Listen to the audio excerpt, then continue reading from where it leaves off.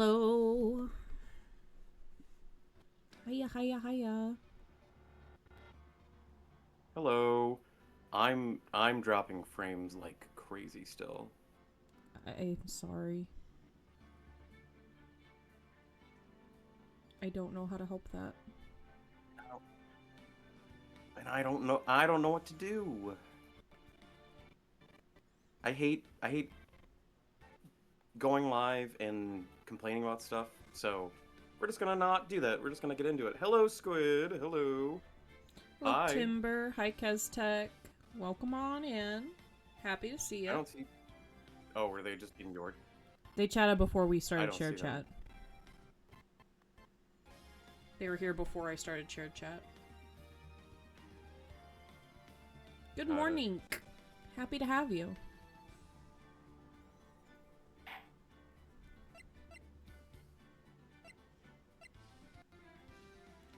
Everything okay? What do you mean, Timber? Besides the fact that I've dropped 30% of my frames so far. Holy. This was not like this yesterday. It's probably sharing VTube Studio, honestly. It's But probably because we both have our VTubers that's up. not. Performance is not. Frame rate is not performance based? I thought it was internet based. I don't know. I'm sorry that's happened. Yeah, we love Scuff. Yay. The best part of being a streamer.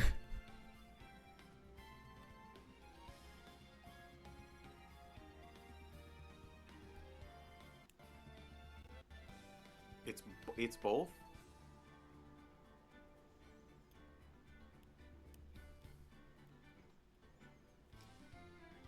Overloaded encoder. Oh my gosh. I don't even know what that means. That means your computer can barely handle what you're doing too.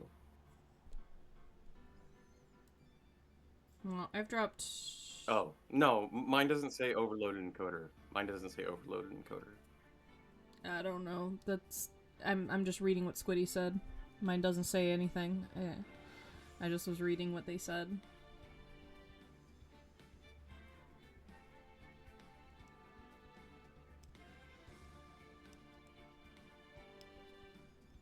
Yeah, OBS is the thing that's saying what my frame's dropping is, at least. But mine's not that bad. What is yours? 18%? How much have you dropped? That's a lot. It's not as many as yours, so I didn't think it was that bad.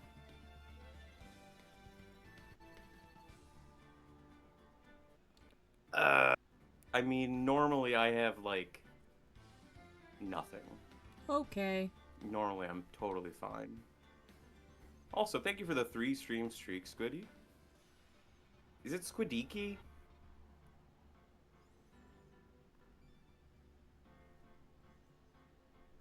I just I hear don't know why you're people in saying other okay. chats call you Squiddy, so I figured that was okay. But if that's not okay, let us know.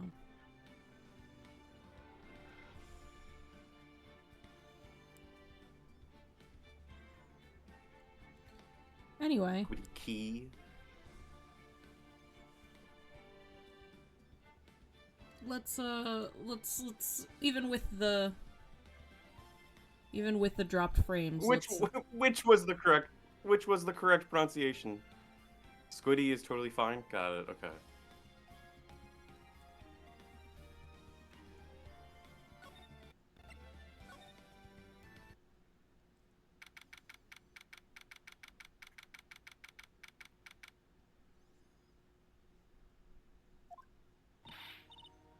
Good morning, Mr. Wright.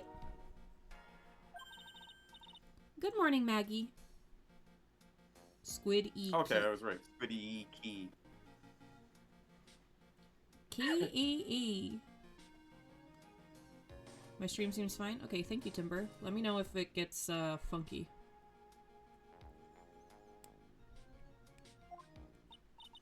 So, what do you think is going to happen today, sir? Yesterday's session didn't go so well and ended on a giant mystery. That's true. And we still haven't solved a single part of it yet. Are you okay, Nick? Huh? Oh, yeah, of course. I saw that! That little flash of doubt in your eyes! No, that wasn't doubt. That was, determination. You're drawing! Hi, Luna. Incredible. We love drawing. How are you? You're doing well, I hope, Luna? You're fine. I'm just happy to see you. Not being here early. It's been 10 minutes. It's fine. Happy to see you anytime you decide to come into chat. Why don't I believe you? It's nearly time, Maggie. You better get going to the defendant's seat. You're 10 minutes late. Disgraceful. Disgusting. That's disgraceful. Roger, don't let me down, Mr. Wright. I'm counting on you. My name's not Roger. Don't call me Shirley. Hey, pal. Hey, Detective Gumshoe. Quit stressing Maggie out. She doesn't need that. How did you know she was stressed? I was watching through the doorway. Like a creep. Oh. You look like you lost the case already. Show a bit of confidence, will you, pal? Here, maybe this'll help. Huh? Have you taken up aromatherapy too? Not in a million years, pal. Don't tell me you don't remember this thing. Come to think of it, that doesn't look like one of those aromatherapy bottles. This is a small bottle that turned up in Tribulations' kitchen a couple days ago. Dishonor on you, dishonor on your family, dishonor on your cow. Wow, look at all these little bottles. Oh, they're aromatherapy oils. He's got so many they're overflowing onto the floor. Hey, wait a minute.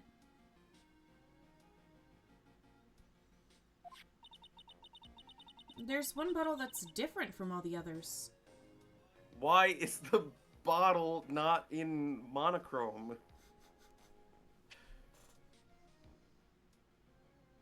Was that me, or was Jay hitting his mic? What? I didn't hear them hit their mic.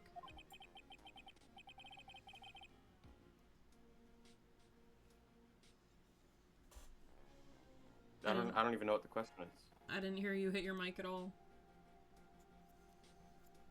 Timber, thank you for the 20 stream streak. Oh my god, that's so many Well, streams. what do you know? And it doesn't have a label either. It doesn't smell. We finally got an analysis. We finally got the analysis results back from the lab. So, what is it? Is it the poison? The poison for Cusco? Cusco's poison? Afraid not, pal. It's medication. Medication? Yeah, for years. Topical use only, apparently. What? For ears? You mean... Yeah, it's the medication Glenn Eld was using for his ruptured eardrum. What was Glenn Eld's ear medicine doing in the kitchen? The poison specifically chosen for Cusco. Cusco's poison. That poison?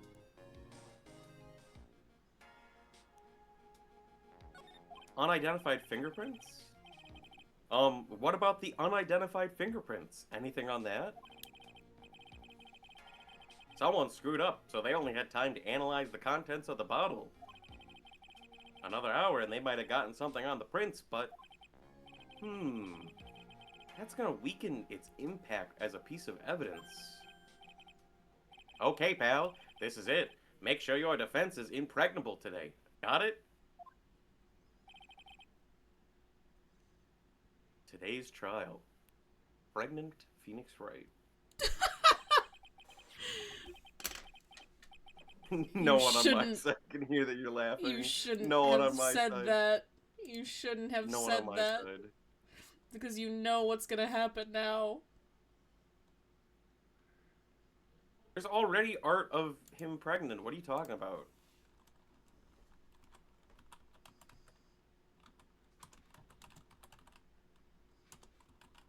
Expose that guy for what he's done.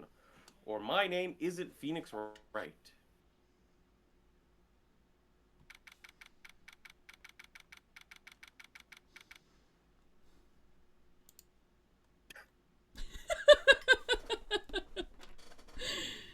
I have to write it down. I just redeemed a doodle for pregnant Phoenix Wright on JJ's channel. So now JJ has to draw pregnant Phoenix Wright.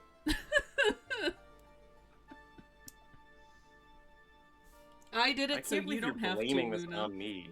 You're the one who said it. I literally can't believe you're blaming it on me. You said pregnant Phoenix Wright. I cursed. Can't believe I got here before cursed. I'll hydrate. Court is now in session for the trial of Maggie Bird. The defense is ready, Your Honor. Ready and waiting as always, Your Honor. You have an idea, Luna? I can't Very wait. good. Then we'll get underway at once.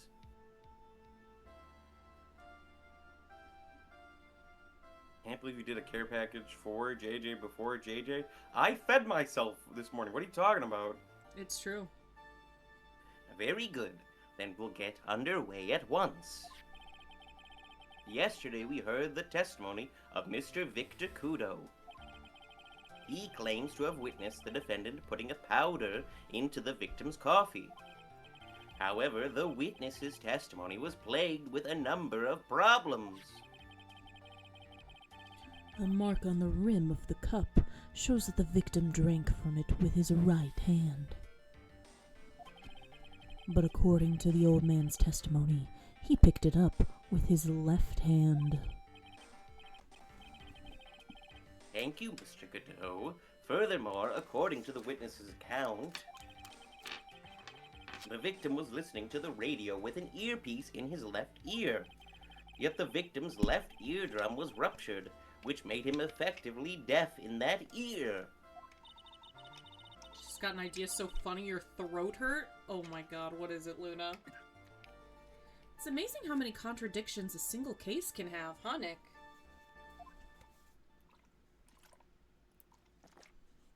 Oh no. Luna, this is 100 pixels large. Lost, except the man is Miles Edgeworth, the woman is Phoenix Wright, and the doctor is Larry Butts. It's gonna be really small. It's gonna be so tiny. It's only 100 pixels. It's gonna be so small. Huh. Allow me to enlighten you, Your Honor.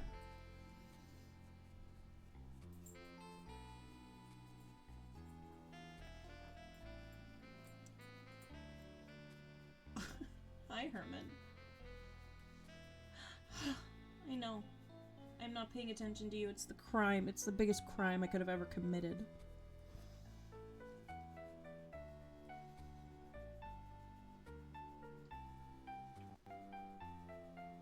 Loss is extremely basic anyway. It's just gonna be so tiny.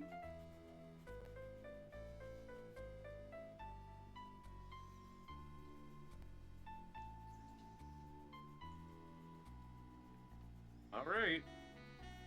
If it's really what you want.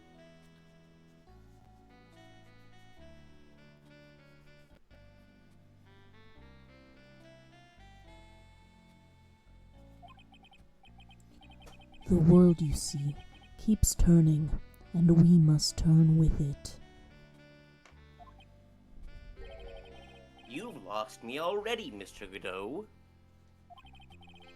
Don't let the mysteries of yesterday mystify you today.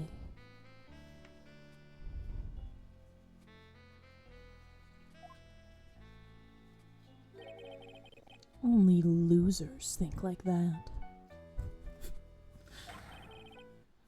You gotta change with the times. That's one of my rules. Are you implying that you resolved these contradictions? You know the answers You know to the these. answer to these riddles? I thought it was him because it changed over to his face. The old guy wasn't just throwing seeds in here. He was throwing us off the scent. Had to share a pretty woman you found in Zero Escape, so you're gushing over her a bit. Nice. And today, I'll prove it. I love pretty woman. Very well. Let the first witness take the stand.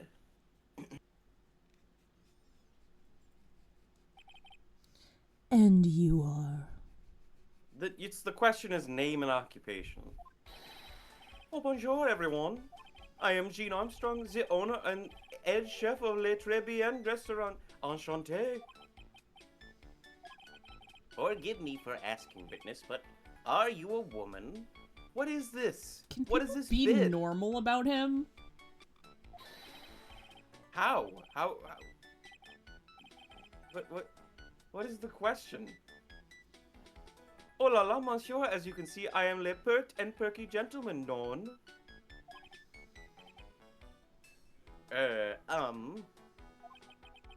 2001 game moment, yeah, absolutely. On the day of the incident, you were in Trebian kitchen. Isn't that right? With you, monsieur? Hey, Baker. Welcome on in. Everything feels right.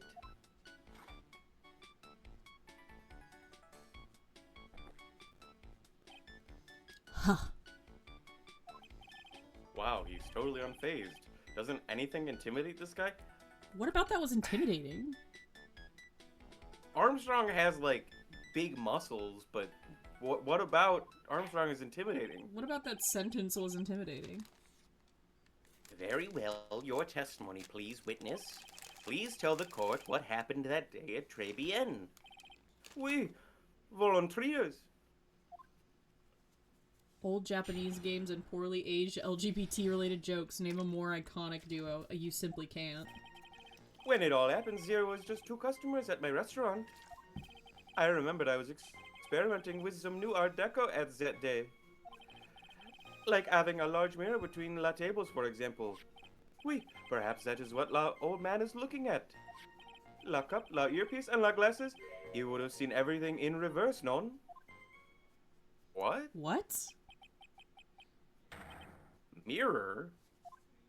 Oui, un grand mirror, la most enormous mirror. Prove. Prove.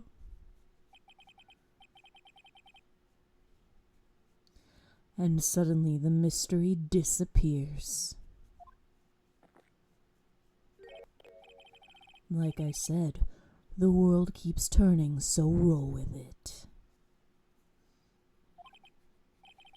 That would explain the coffee cup and the earpiece conundrum. The mirror would have made everything appear back to front. What the heck? It's way too early in the morning for this to be happening to me. Now then, Mr. Wright, you may begin your cross-examination. Japanese or Indian movies with teared actors?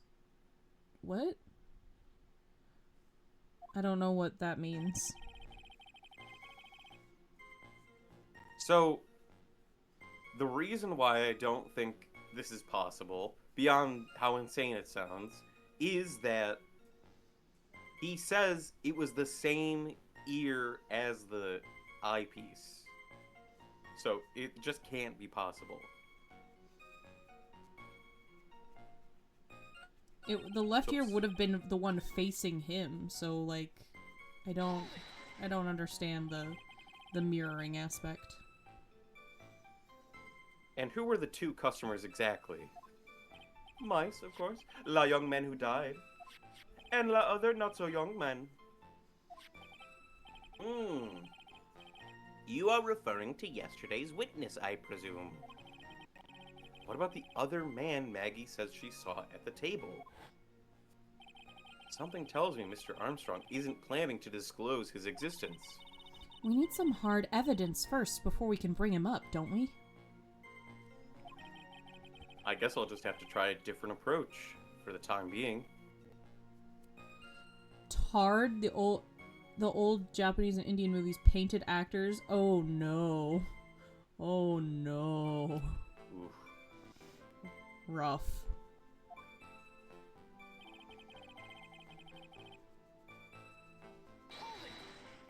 You were experimenting with Art Deco? How come I never heard about that before today? You are not familiar with the language of interior design, monsieur? Please stay on topic. Now, why didn't you tell the court about this before? But I did just a few moments ago. Ahem, excuse me, Mr. Armstrong. This deco you mentioned, are you referring to some sort of decoture? What? Oh no, Art Deco. It's a style of design. Is that a bit? Is that like a I'm an old man and I don't understand things bit? I think so. I don't know what he was talking about. What art? Decoteur? It's a style of design, Your Honor. He's talking about interior design, walls, ceilings, carpets, that kind of thing. Ah, yes, of course. That deco. I was trying to achieve a more feminine look for my restaurant. I was planning the most bold remodeling of la decor.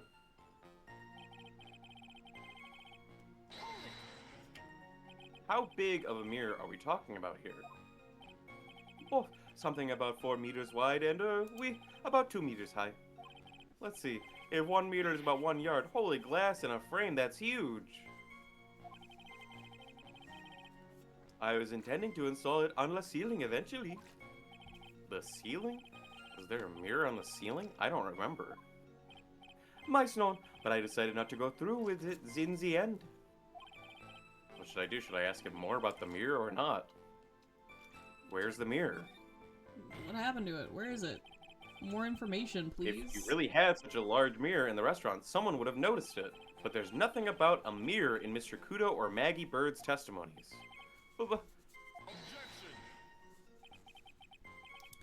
You didn't ask, trite. You only have yourself to blame for such sloppy work. I'm sorry, do you want me to pull up a fucking dictionary and go through every noun and say, was there a mirror? Was there a book? Was there an apple? Was there an orangutan? Like, do you want me to go through every word in the English vocabulary that happens to be a noun? Only then What? will he be satisfied. A mirror was delivered to Tribulations the day before the incident.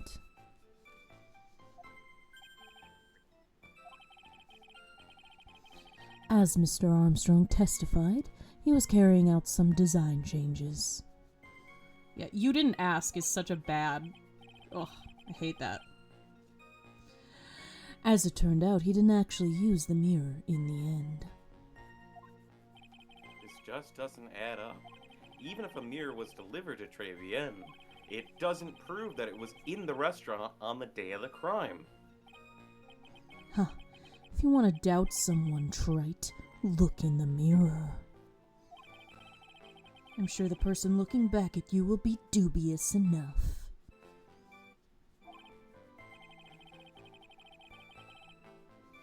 So the witness yesterday had seen the victim reflected in the mirror.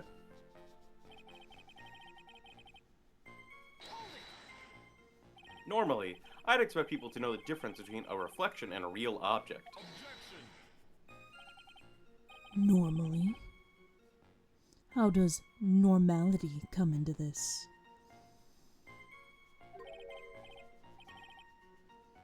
That's lame, trite, even for you. Normal's just a setting on the washing machine. Wow, wow. Huh? Are you trying to say that if something isn't normal, it isn't possible? Is that it? Your Honor, I didn't know I was supposed to ask about this giant-ass object that was right by me, but no one saw the mirror, though. Where does that leave the porku-headed lawyer and the top-knot chick over there? And the ungodly cool guy with the mask over here. Well, trite. Not the hair. I do not have a top knot. I don't think that technically is a top knot. Hashtag not normal. Hashtag not like other lawyers. Mr. Godot is correct. Don't let him say that he's a godly like lawyer and have it entered into the record for legal reasons. For legal reasons, A I'm lack of super normality. hot. A lack of normality is no basis for discounting an argument. Bien, logic as one la day.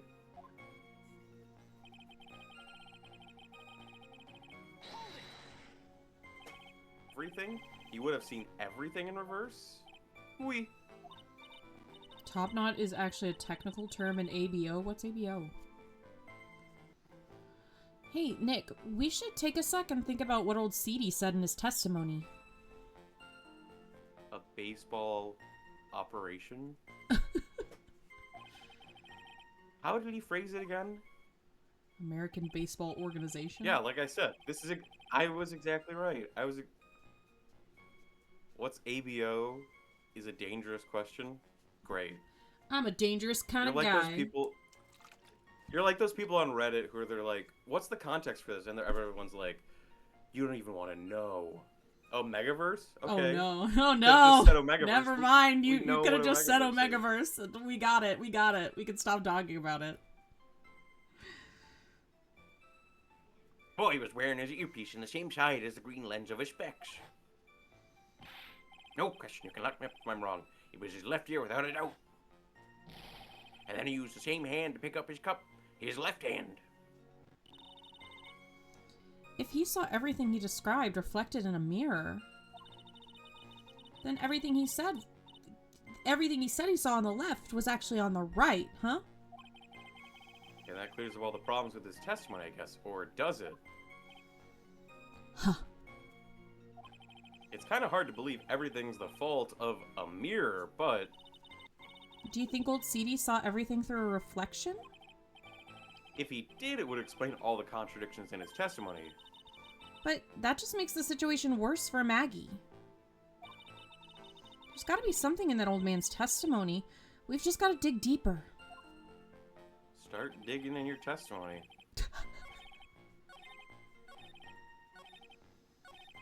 Oh, god damn it.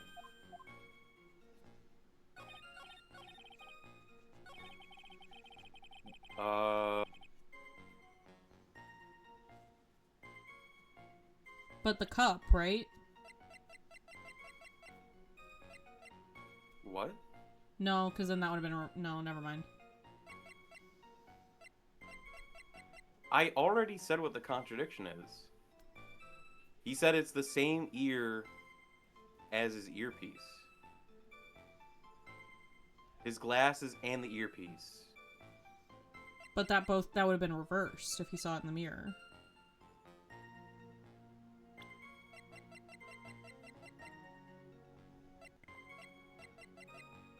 Hey, Drayan. But we know which eye the glasses are over. Okay. And we know which ear is infected. He said it was the same ear. They literally just said the same testimony.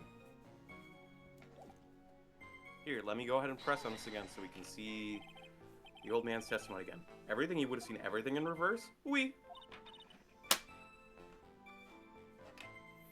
Okay. I agree with you.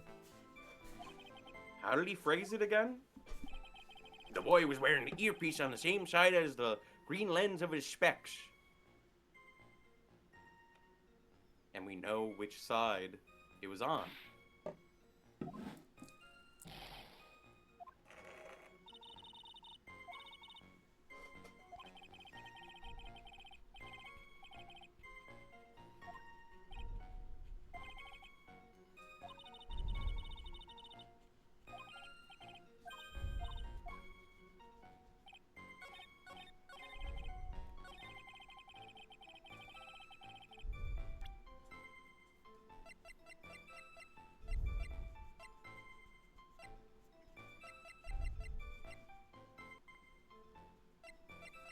just don't know what evidence we would use.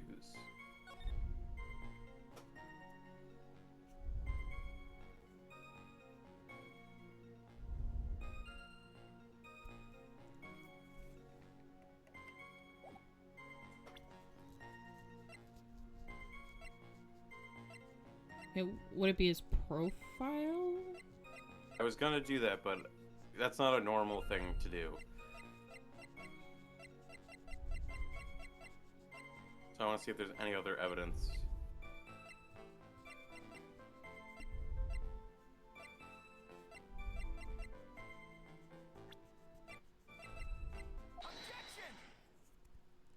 Coffee cup, the earpiece, and the HMD. Let's think back over Mr. Kudo's testimony for a second, shall we? The boy was wearing the earpiece on the same side as the green lens of his specs. No question, you can lock me up if I'm wrong. It was his left ear, without a doubt. Dran, what are you doing today? So to summarize, we were told both the HMD and the earpiece were on the victim's left side. Now, if Mr. Kudo saw all that as a reflection in a mirror, it means both the HMD and the earpiece were actually on the victim's right side. Exactamente, you see, monsieur. Now that you think about it, it's not so hard, none. Unfortunately, that's where we run into a monumental contradiction with the facts. If Mr. Kudo really did see everything in a mirror, why is that HMD now on the wrong side of his head? Thanks for Roxodran. It's also not something you can swap around. The earpiece, well, that could go in any ear. The coffee cup, well, that could go in any hand. The HMD clearly is not, like, parallel flippable. Yeah, designed for one side of the head. Yeah. Order. Mr. Wright is correct. If the witness genuinely observed the victim reflected in a mirror, then we would expect the victim's eyepiece to have been over his right eye.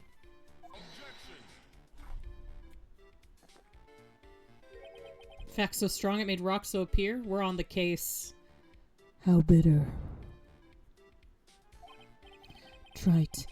You should have a taste of this bitterness. It'll calm you down in no time. Are we talking about your coffee or something completely different? You don't understand the way the witness thinks. Oh, he thinks? You remember this, I presume. The I broke the vase, sorry apology letter? I mean, Mr. Kudo's sworn testimony? Exactly. The old man has one very grievous habit, other than throwing seeds. The more of an impression something makes, the more muddled his mind makes it.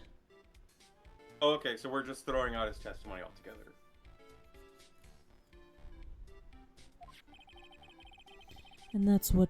And what's the most striking thing about Mr. Elg?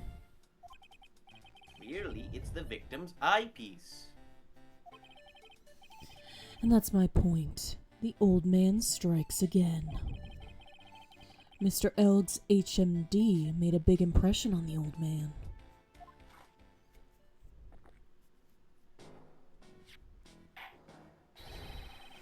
I saw the earpiece and those newfangled spectacles he was wearing.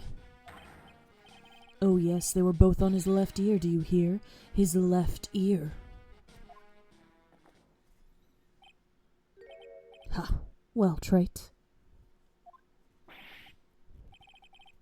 That's the worst, but best impression of Kudo ever.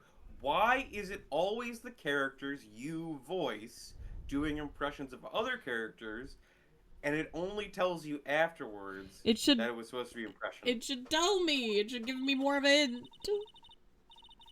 Can you translate? The court doesn't speak Coffinese.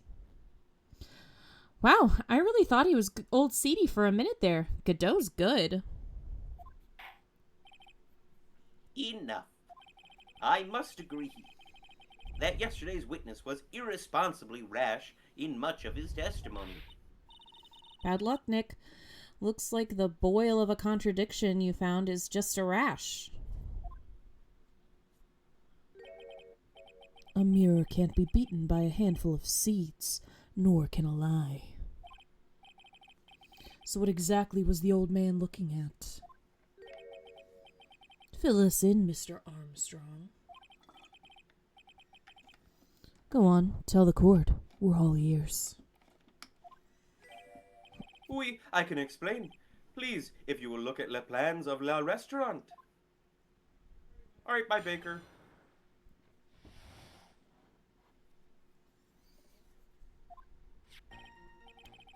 Alors, is everyone sitting comfortably? La mirror, it was in the middle of la restaurant, dividing the two halves.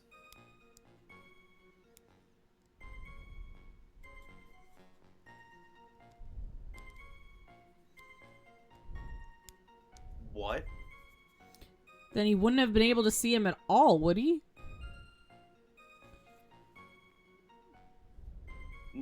No. He's gonna say that he was sitting here, Okay. next to the kitchen. Gotcha. Thank you for following the Which- Holy Hobnob. Welcome on in. That's a crazy thing to say. We have, I guess, reason to believe that that's not true. Because the vase was still intact on this table. Mm-hmm. But I replaced it. Oh. Mm-hmm. There is only one seat which you could have seen an image of la victim. That was in la seat at the table next to la victims. That was where the old man was sitting. After la terrible accident occurred, I moved la mirror so it was not in the way. But naturally, I did not touch anything else. Didn't I touch did not anything touch anything else. There you go. I see no problem with the explanation we have just heard. From the table next to the victims, Mr. Kudo could have seen the victim in the mirror. What a naughty little coquette I am, confusing all the men like this. Don't worry about it. We can keep up, except for the guy breaking out in a cold sweat over there again. I hate that guy. Who? Armstrong or Godot? I think Godot. You said you didn't touch anything else apart from the mirror. Are you quite sure about that? Volunteers, of course. Very well, Mr. Wright. Your cross-examination, if you please.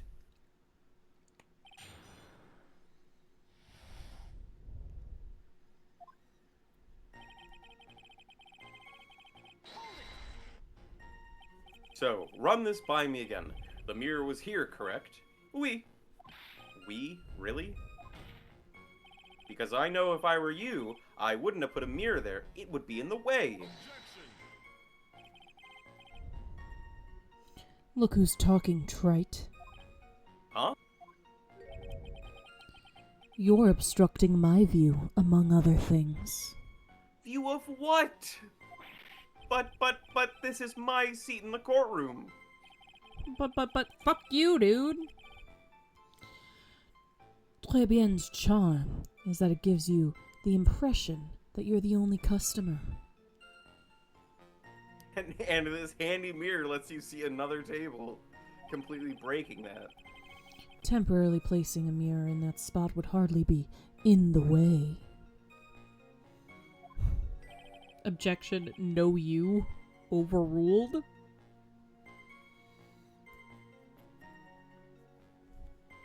Unlike you, trite. I tell you, monsieur, la mirror was there in the middle of la restaurant.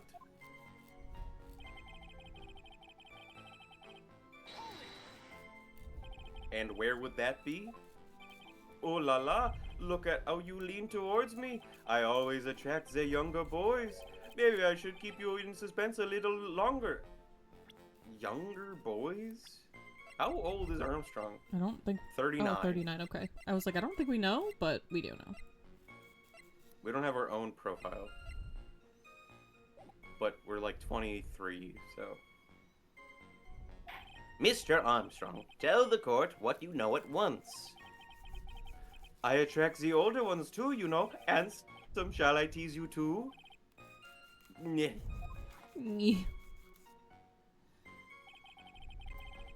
Phoenix should be 24 by this game. Yeah, I think we established that last time.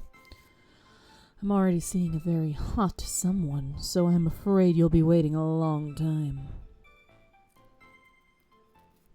Is Godot queer baiting Armstrong? I'm seeing a very hot someone. Not like I'm seeing a man, I'm seeing a woman. Ooh, you don't know which one I'm talking about. He's in love with coffee. He's seeing the coffee. I bet she You're has Maya. mocha cream skin and a cappuccino perfume. Good lord. Bien, I will tell you, there was only one seat which you could have seen.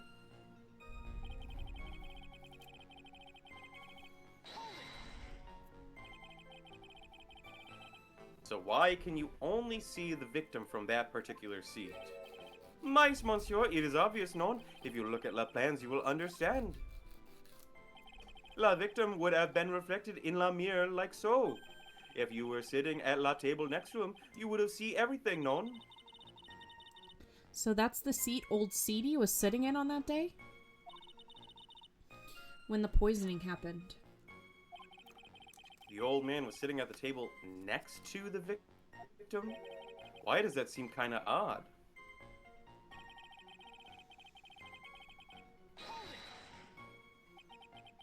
Did you move the mirror while Mr. Kudo was off calling the police? Oui, exactamente. I carried it out of la restaurant then. You moved a huge mirror like that all by yourself? He's pretty ripped. Yeah, he's got muscles. What can I say? I know how to pick things up, handsome.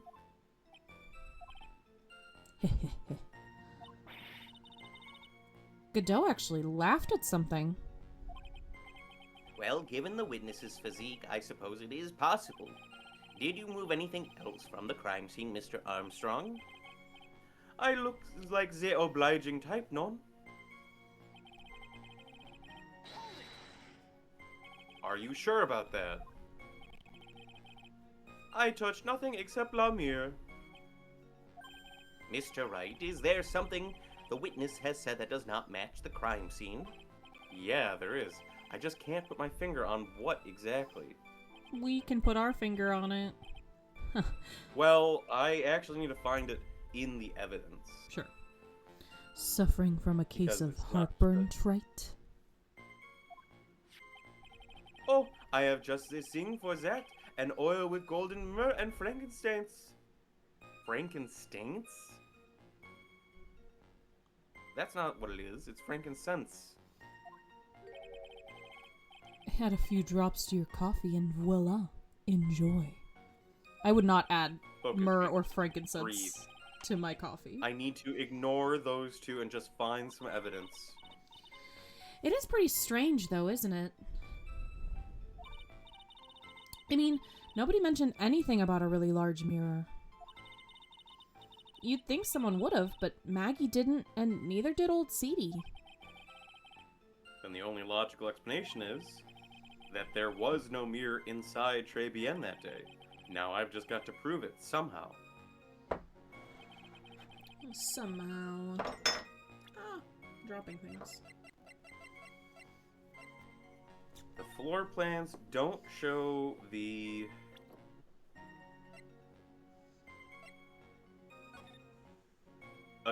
It's this. But which part do we contradict?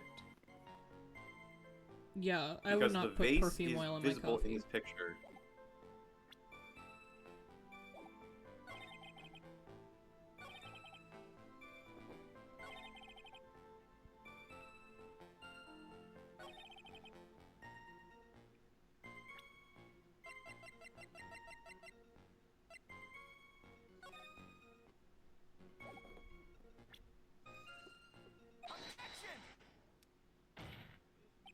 This piece of evidence contradicts with the testimony we have heard, Your Honor. The crime photo? Yes, this photo clearly shows something that theoretically should not exist. What on earth do you mean by that, Mr. Wright? Should not exist. Sounds like you're describing yourself, Trite. Oh my god. Objection, Your Honor? Godot told me to kill myself? What the fuck? Now then, if the defense would please clarify its statement. What is the something that should not exist in this photo?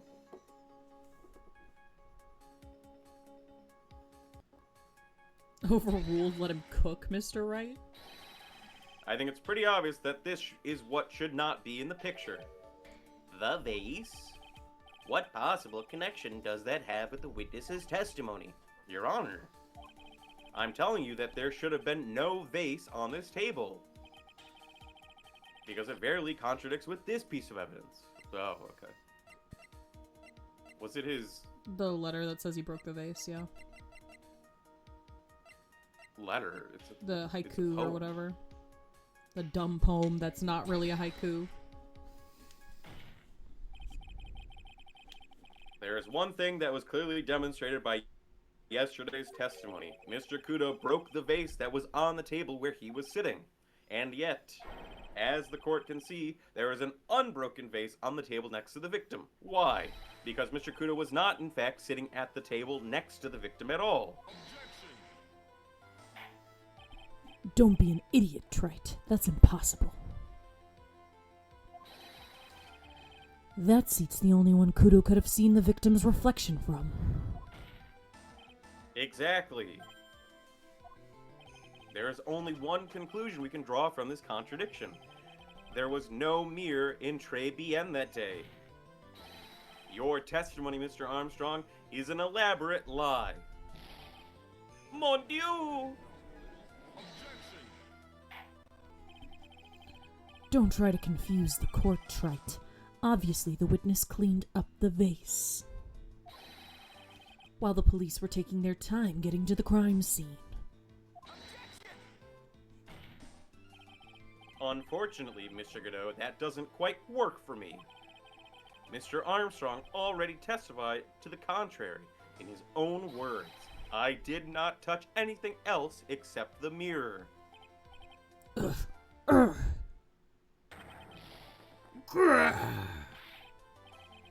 Well, witness, what do you have to say for yourself? I was right. There was no mirror in the restaurant that day. In light of this revelation, we return back to the original problem. Why did the victim have an earpiece in an ear which he couldn't hear? Ha! You only get one shot in life. There's no turning back. If you want to claim that the mirror wasn't there, Trite, then this problem is all yours. How do you explain what the old man saw? If I could answer this, then I'll be that much closer to the truth. I can feel it. Are you going to be okay? Can you really solve this contradiction, Nick? There's more than just this one contradiction, Maya. What do you mean? Remember what Maggie told us? Hi, Bunny. There was another man at the victim's table. And there was a sample CD on the victim's table. It all flies in the face of Mr. Kudo's testimony. And I think I know the reason why nothing in this case is adding up. Greetings, aliens? Aliens. Plural. Are you an alien too and I didn't know it? Hi, Bunny. I don't think so. Well, Mr. Wright, let's hear your answer. Yes, Your Honor. The reason behind all the contradictions in Mr. Kudo's testimony is simple. Mr. Kudo made a mistake. The ear doctor made a mistake. The victim was a phony. Hi, Shark. Morning, Shark. Thank you for lurking, Bunny. Mr. Kudo made a mistake. The ear doctor made a mistake. The victim was a phony.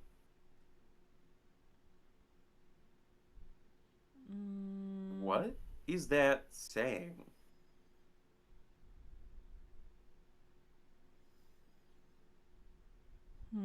These feel like the same thing.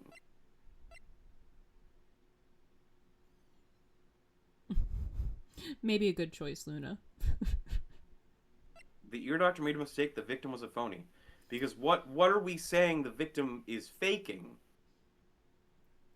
Having an eardrum rupture or listening to the CD or whatever? The doctor made a mistake. The other is that the victim lied about his ear. Yeah, but you'd have to lie to a physician as well. Well, whatever. These feel like the same thing to talk about.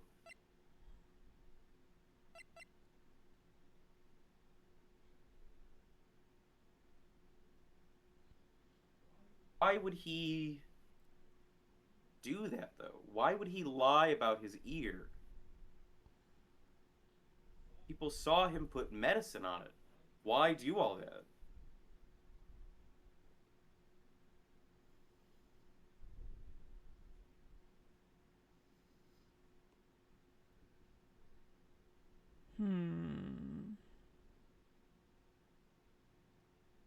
Well, you could have lied about which ear it was, you know? Yeah. A doodle redeem for a puppy report? That's kind of cute.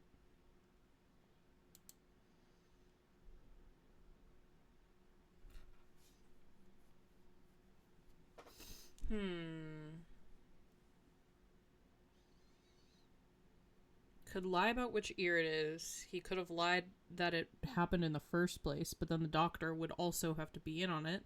And I don't think the doctor would give him ear medicine for a ruptured eardrum if he didn't actually have a ruptured eardrum.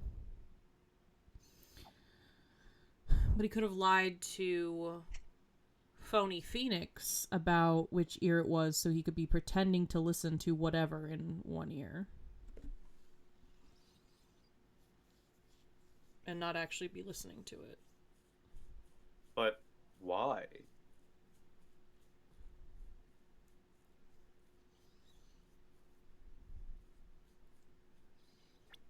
There's a lot of points resting on this. My eye itches. Well, actually, that or it was the victim wasn't actually the victim at the time. I guess that's a better explanation for phony.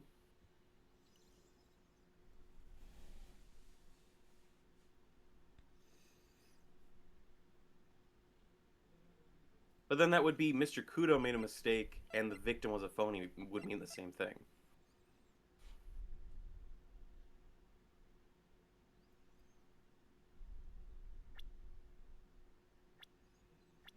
If we say Mr. Kudo made a mistake, that theoretically resolves the missing CD and the cup ear nonsense. But that doesn't feel helpful. I feel like it's definitely not the ear doctor making a mistake. Okay. This case is riddled with contradictions. Yet, there is one very simple answer that clears them all up. And what is that? The incident Mr. Kudo witnessed and the incident the victim experienced were two completely different events. Uh-huh. What?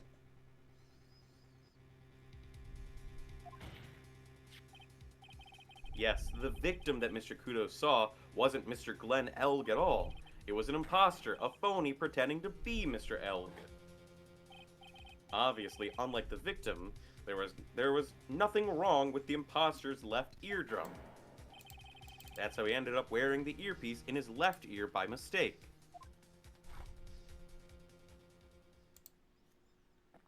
Where did you go? What do you mean, where did I go? We disconnected. Alright.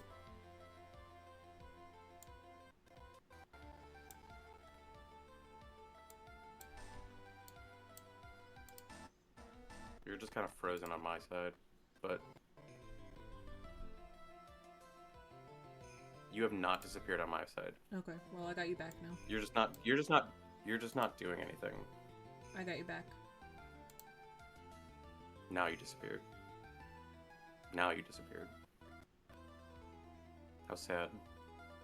I'm gone forever. Wait. This isn't case 2-3. We don't need magicians. I'll just leave then. Order. Order in the court. Settle down or I'll clear the courtroom. You're still not back on my side. Well, you're back on my side, so maybe you need to do something on your side.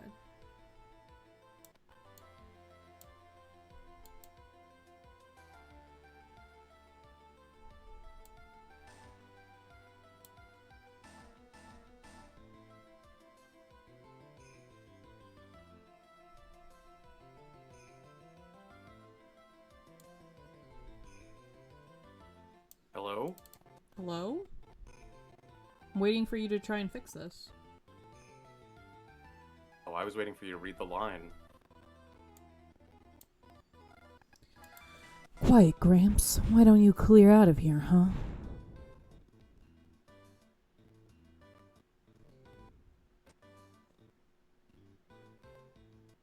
Yeah, I still don't see you. I just have everything on VTube Studio muted. What did you say?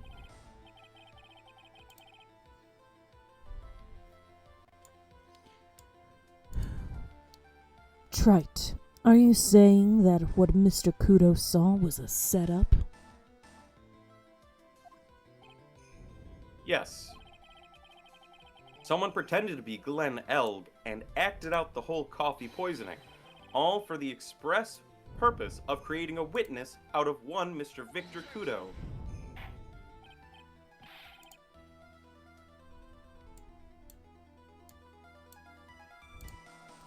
Get real, Trite. Why would anyone want to do that? Isn't it obvious? The thing Mr. Kudo was most insistent about in his testimony was... The servant girl brought him a Javachino, but she put something in it. That's the servant girl right there, in the defendant's chair. I remember her well.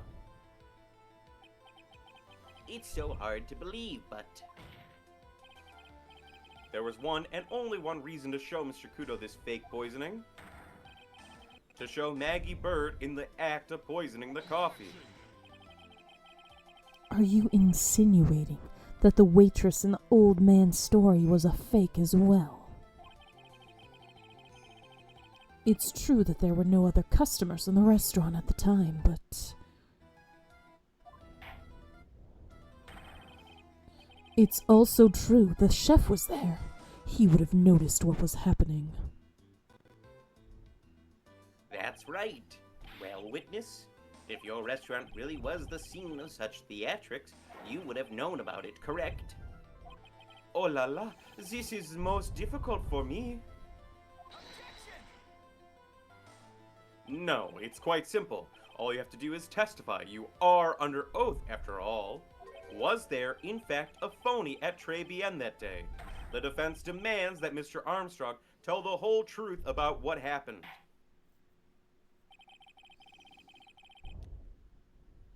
The defense's request for additional testimony is accepted. You will accurately explain in details the events of the restaurant that day. Oui.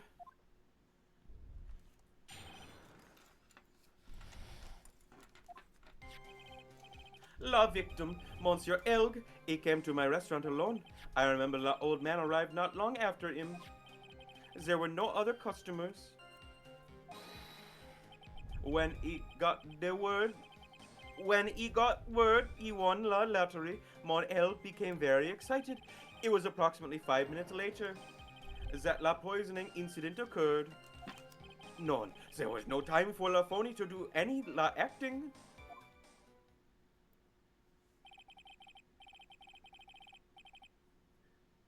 Just so we're clear, there was no mirror in the restaurant after all. Je vous demande pardon. Forgive me, Your Honor. I lied because I wanted this mess to be cleared up quickly. What?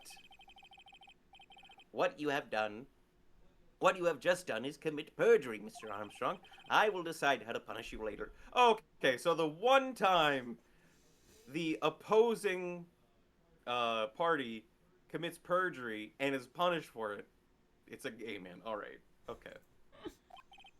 Ooh. For now, we will hear your cross-examination. Mr. Wright, if you please. He took that perjury charge a bit too well. But I'm guessing he'll be in more serious trouble after this cross-examination.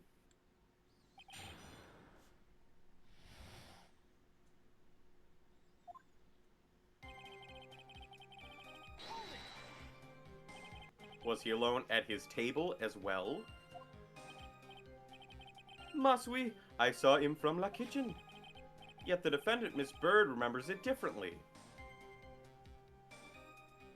Perjury is another trial, so that's actually right for once. Yeah. For once, perjury is being punished. Yet the defendant, Miss Bird, remembers it differently. She swears there was another man at the victim's table. Unfortunately for you, Trite. Yesterday's witness also testified that the victim was alone. You know, seeing you squirm like that reminds me of a certain coffee's bittersweet bite. What kind of coffee has he been drinking? It's not coffee, it's love. It's love that's bittersweet. Hearing Maya say that makes her seem wise all of a sudden. For once, perjury is brought up, like, at all. I think this is the second mention of it in the series. It's the only time it's been punished. Yeah. I think it's been brought up other times, but usually when there's any trouble, it's because we cause trouble. By old man, you mean Victor Kudo, correct? Oui, he comes often for my special coffee. I drank your coffee once, Mr. Armstrong. It's special, I'll give you that. It's worth a sip just for the experience. Oh, you make me so happy, monsieur. You are most welcome anytime. Welcome in, Otto, by the way.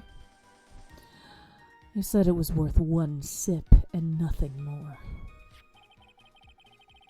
So old Mr. Kudo arrived at the restaurant around the same time as the victim.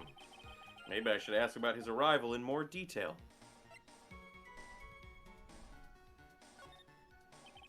So you're saying that not much time elapsed between when the victim and Mr. Kudo arrived? Oui, that is correct. But that still leaves the possibility that something happened in that gap of time. And by your recollection, how much time would you say elapsed? Thank you for the hydrating head pat, Shark.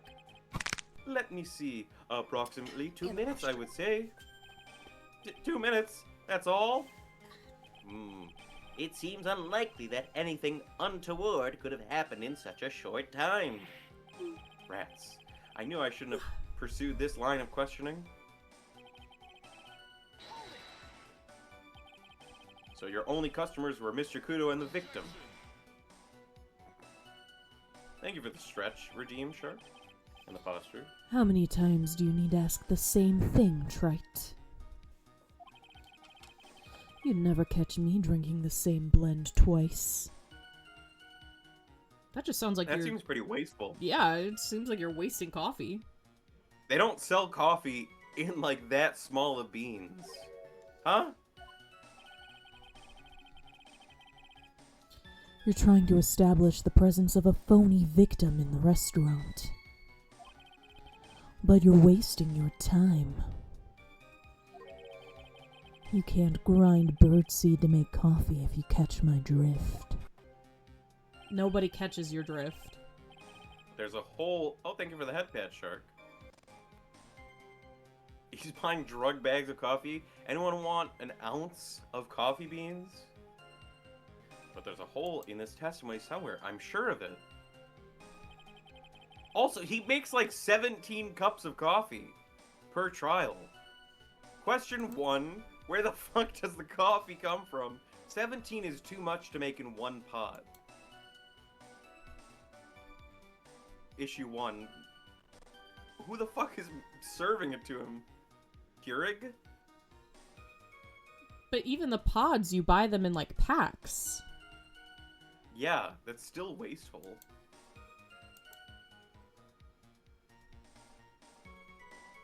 Unless he knows, like, 40 other people that he trades K-cups with.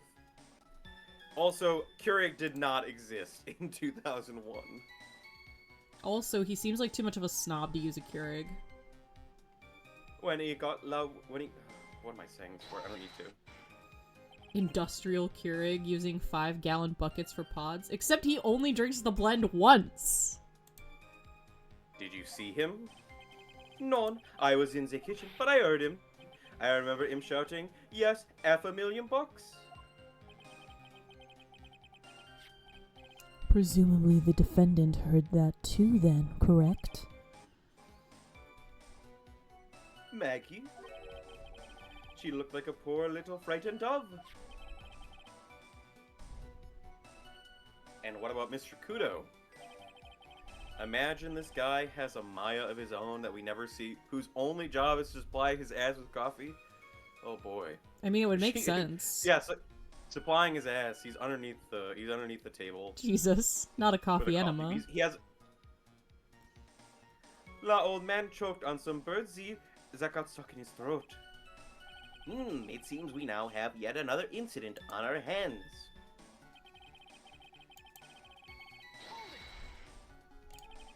And what were you doing at that point? Without any customers, you must have had time to kill. I am a multi-talented woman, monsieur. Alright. Sorry? What do you mean? There is la renowned chef Jean Armstrong and la tragic poet Clarice Armstrong.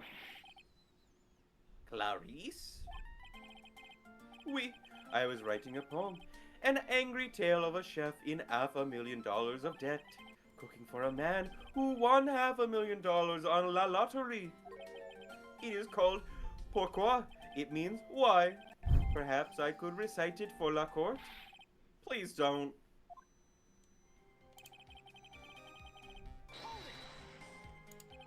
You mean you contacted the police as soon as the incident occurred?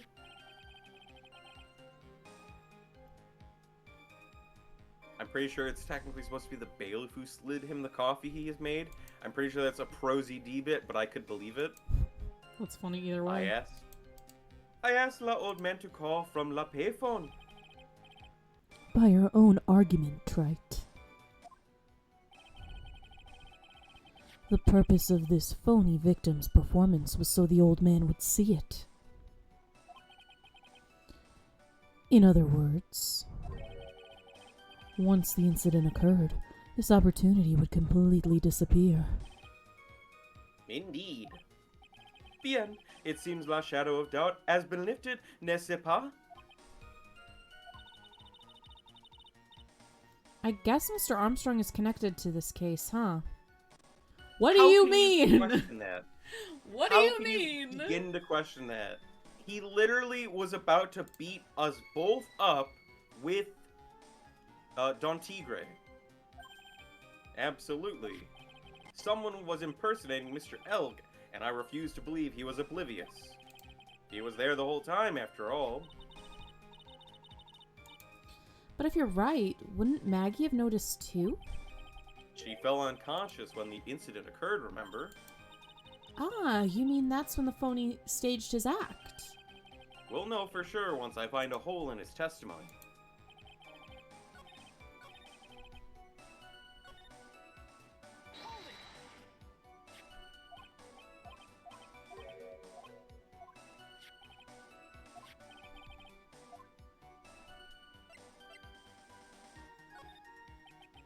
Out of curiosity, about what time was it when Mr. Kudo arrived? Oh, non. I cannot remember, monsieur. I believe we were told by a witness yesterday. The crime was reported at 2:25 p.m. by a kind of scary old man, sir. Does that perhaps jog your memory, witness? The incident happened about 20 minutes after he arrived, so the victim must have arrived between 2 p.m. and 2:10 noon. Just after 2, huh? Thank you for your help in jogging my memory, monsieur. You are wonderful. Ha ha ha! I can't sit here all the time and do nothing now, can I? You actually probably shouldn't be contributing. You absolutely should not. The time of the day will be added to the witness's testimony. Oui, monsieur judge. Everything I do it for you. Merci bien. That's French, isn't it? Ha ha ha. Merci bien. Oh my god. Have you seen that video of she's like an American, or I'm pretty sure she's a Southern American, and she's in Japan, and she's like, how my voice sounds, trying to make sure my voice doesn't sound Southern whenever I talk. And she speaks in Japanese on the voicemail, and then when she hears it back, it's like, Moshi Moshi! I haven't seen that, but that's very funny. I'll try to find it later. I'm glad at least one person is in a good mood. He's even humming a song to himself. Armstrong is connected to this case in the same way a wall stud is connected to a house. Exactly. They always come to bail the witness out.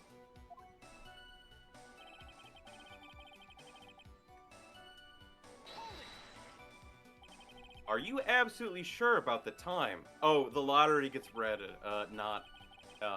lottery gets read way earlier. When I think really hard, I am sure it was just after 2. Oui. It is the time I stopped serving la lunch menu. Right. I always break for lunch when restaurants are serving their specials. I've been known to wind up a case early just to make it on time. Ha ha. I'm sorry. Are you admitting to ending a case before all evidence is distributed just so you can get a cheaper deal on lunch?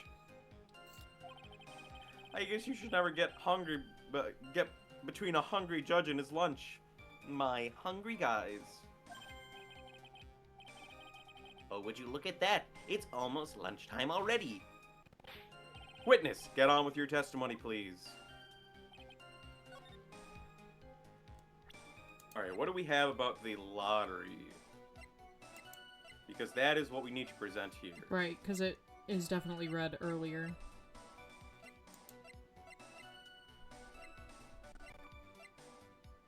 Here we go. Yeah. Monday at 1:30 p.m. Fab.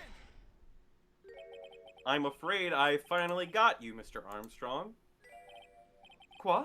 What do you mean?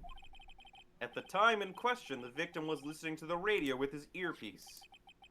The show he was listening to was Millionaire Radio. Each week, they announced the winning numbers of the $500,000 lottery ticket. Oui, that must be La Chaumont Elg was listening to. I can't see any problem with his testimony, Mr. Wright. That's because you're an idiot. I wonder. You say the victim arrived at your restaurant after 2 p.m., correct? Oui, I am sure of it. I remember it perfectly now. I know it was that time because I had just finished serving la lunch menu. Get to the point, right? If you have one. That show is broadcast live at 1:30 p.m., and it claims to be the most thrilling 10 minutes of your life. It's on the air at 1:30. Now, supposedly, the victim made some noise when it was announced that he had won. I can't see any problem with your testimony, Mr. Wright. After knowing you all these years, Your Honor, that fully tracks. And yet, I don't believe his cry of joy could have occurred after 2 p.m. because the show had already finished more than 30 minutes earlier by that point in time. Non! This victim we've been told about has done nothing but the impossible. Listening to the radio with a ruptured eardrum?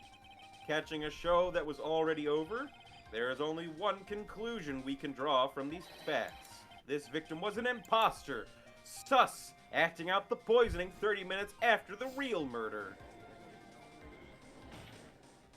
Yes, there were two Glen Elgs in Tribulations that day. The real Glen Elg, now dead, having been poisoned by the real killer. And the phony Glen Elg, acting out the events for Mr. Kudo to witness. It certainly seems that way. I mean, if it wasn't the case, how could you explain the time discrepancy? Quite a performance, Trite. You were almost on a roll. But sadly, you lack the rock-hard foundation of a rhythm to build your song. What is this? Music Theory 101? Let's recap. According to your imaginative theory, it's now just after 2 p.m. The phony Elg is performing a play for the benefit of Mr. Kudo. How do you explain, then, where the real Glen Elg is? I don't believe I have to spell this out for the court. However, at that time, the real Glen Elg was already dead. That's certainly the obvious conclusion.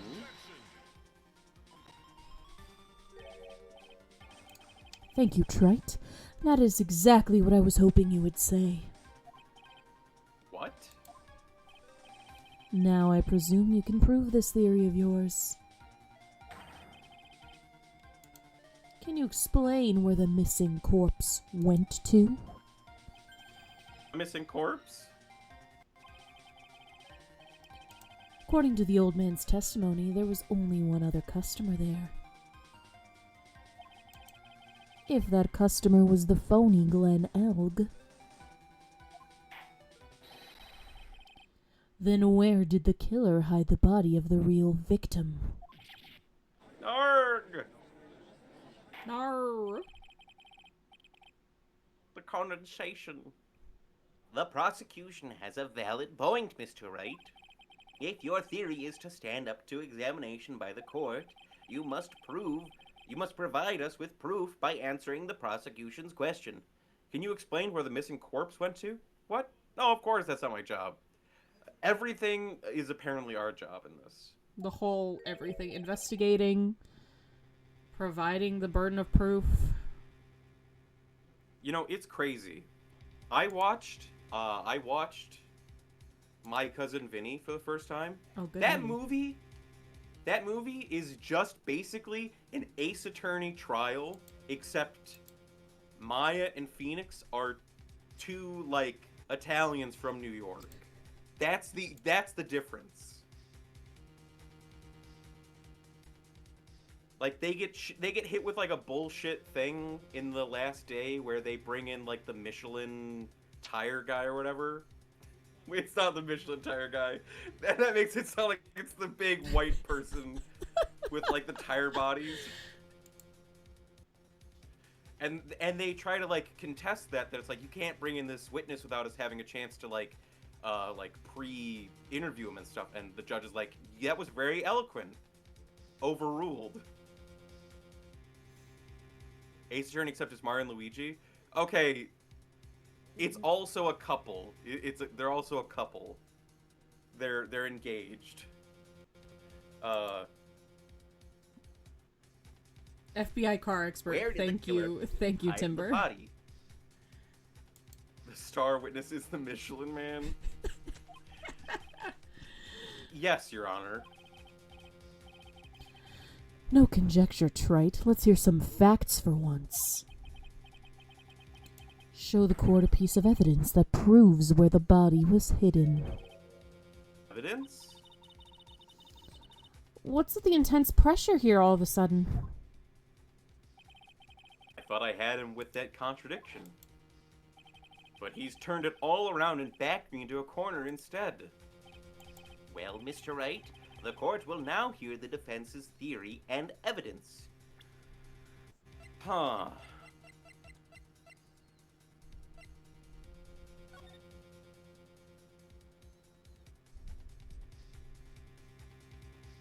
nothing about this floor plan specifically says I can hide a body here. Yeah.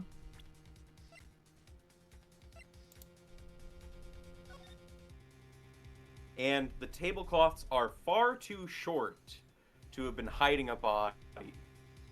Right? I thought I had him with that one, but he used the power of anime bullshit to get me.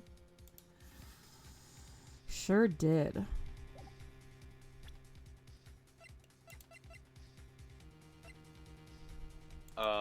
Like the kitchen? Maybe?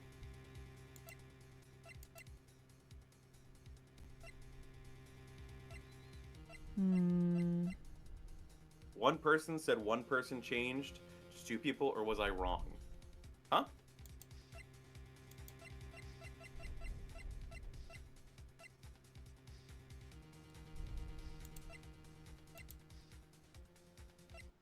I don't think we have anything specifically in our evidence that's like, well, you could obviously do it here.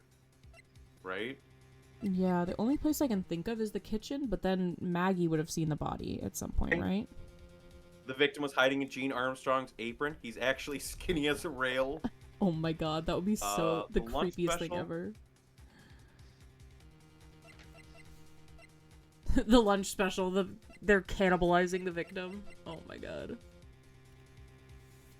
The chef said two other people there, as was they got yelled at for perjury. They got yelled at for perjury because of the mirror thing. Yeah. That's what the perjury was. Jean is actually the victim, but resurrected. I have to ban someone real quick.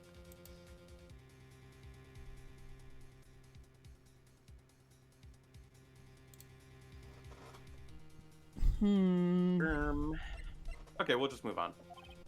First, where was the body of the real Mr. L concealed?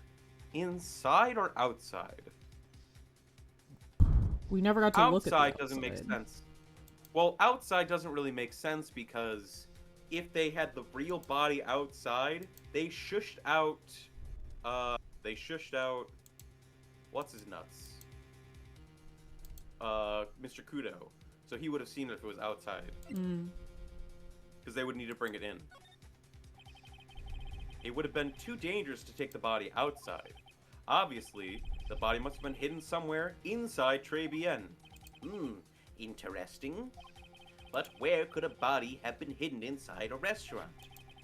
Perhaps you would care to show the court on these plans, Mr. Wright. Yes, Your Honor. I guess the kitchen. Right? It would have to be. That's the only place. Unless we're saying the body was hidden here, where Mr. Kudo wouldn't have seen it. Hi, 14! Long time no see. Good to see you. We'll say the kitchen first. That feels more obvious. Yeah, that feels like the correct answer to me. What up, gamers? And today, Mr. G14 is back in the chat. Okay, then I think the secondary answer is in the seat that Mr. Kudo couldn't have seen. Yeah. I see. Nice supposition. But the real question is, can you back it up?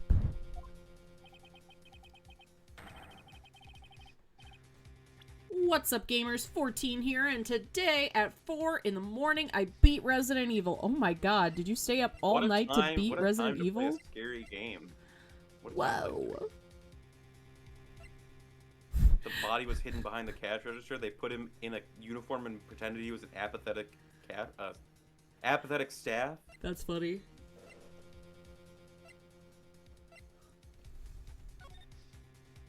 That's so spooky scary. But I'm glad you finally beat it. Good job. Okay. The ear medicine, maybe. The ear medicine was in the kitchen. That's my guess. Perfect. Perfect. Mr. Armstrong, do you recognize this bottle? No, no, no, no, no. I have never seen that ugly bottle before in my life. I only use la very best bottles, monsieur. The highest quality only for me. Where was that bottle found, Mr. Wright? Interestingly enough, Your Honor, it was found in the kitchen of Tribulations. Quoi? But I only ever use these bottles for my aromatherapy oils. But this bottle doesn't contain aromatherapy oil, Mr. Armstrong. No, it contains a medication. Gotta play Resident Evil 2? Nice. What kind of medication? I'm sure everyone remembers, don't they? That Mr. Elg visited an otolaryngologist. Oh my fucking god, I'm gonna have a stroke. Ear, nose, and throat doctor. Otolaryngological clinic and was given medication that day. Oh my god, I just realized I'm not watching your stream. How dare you? I'm gonna miss my streak. I'm gonna lose my streak. You can't be serious. I am serious. I'm gonna lose my streak. You gotta keep streaking. The defense had the contents of the bottle analyzed, and I have the lab results right here.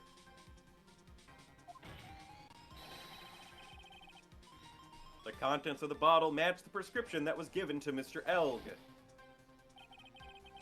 Glenn Elg's murderer hid the body in the restaurant kitchen, at which time the bottle fell out of the victim's pocket.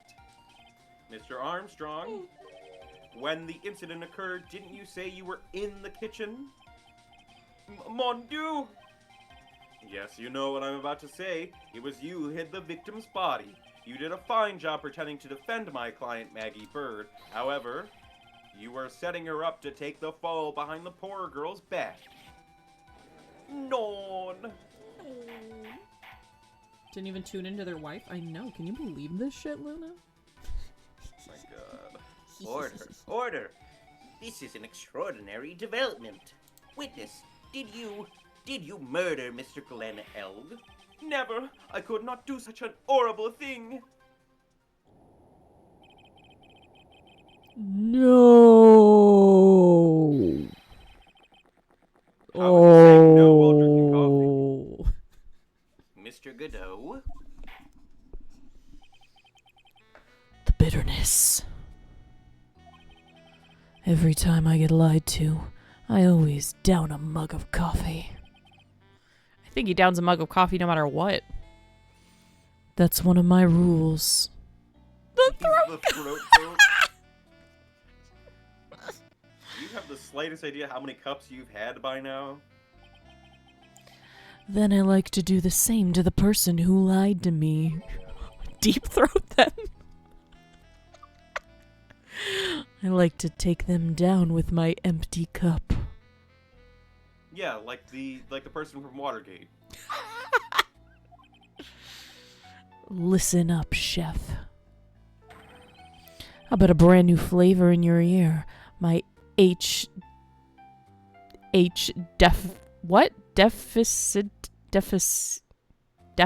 Oh, because he doesn't say H. Oh. He says horrible. Got it. Okay. Je vous demande pardon. Please, you must hear me out. It is a trap. Listen to me. Por favor. Por favor. That's Spanish. That's Spanish? Yo hablo español, Mr. Armstrong, and por favor is Spanish. Oh, he's saying, I speak Spanish. Yeah. I have to say it like Peggy Hill. H deficient, like iron deficient or potassium deficient. See, when I see it as iron deficient and potassium deficient, like my brain reads that and is like, whatever, that's fine. But when I saw H deficient, I was like, what? That's not anything. I'm only going to ask you once. Did you do it? None, absolutely none. If you actually count it, Godot does only get 17 cups each trial day. Wow. I wouldn't actually count, though. I simply... Timber. Wow. Timber redeemed VIP ice pop. I'm assuming you want Wow. yourself, Timber. I need to have a... Actually, I don't have to do that. I can just ask. Timber's You gonna want be a VIP. Never mind. That's not the thing that I was thinking of. That's the VIP redeem, exactly. I saw ice pop and I thought a different redeem happened. You thought it was the custom ice pop, but it's a VIP ice pop. Timber's a VIP. That's under role managers. Yeah. I'm doing that right now. Surprised bilingual judge. He speaks Spanish. That's crazy. Whoa, I didn't know he was bisexual. Let's hear it. You got one shot, right, Gramps?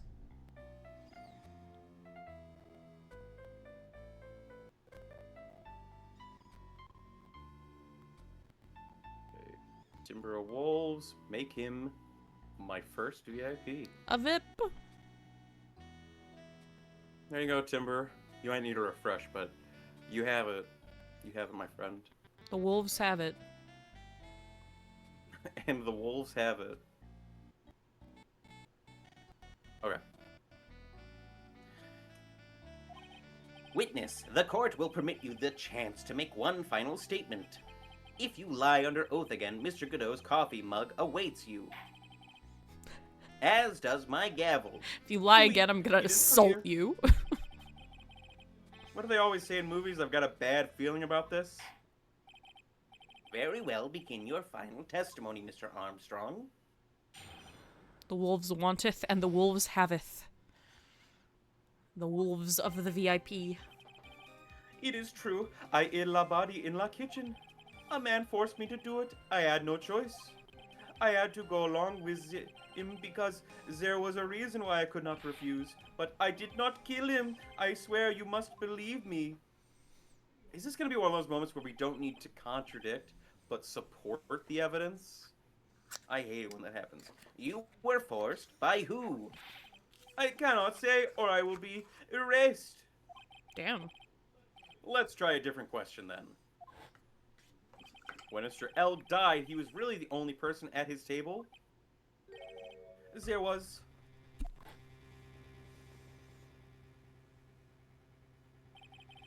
There was another man. I knew it. Maggie was telling the truth. You may cross-examine the witness now, Mr. Wright. There's just one more thing I need to do. I gotta break this guy, and gotta get him to tell us the name of the real killer. Victim says Tiger. I guess it would be witness says Tiger. It Victim is true. can't say anything. I He's did. dead. Yeah. Did you carry the body by yourself? Well, what if Maya channeled him? I carried him, and I carried Maggie too. Maggie too? When she saw la victim collapse, she fainted. Wow, they didn't even drug her. I could not leave her there. But why did you hide the bodies? Victim says what?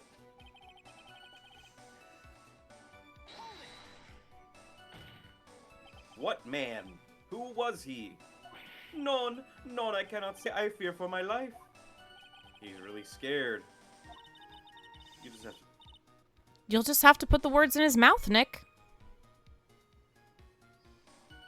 Put the worms in there. Yeah, you're right. If he won't tell me, I'll tell him.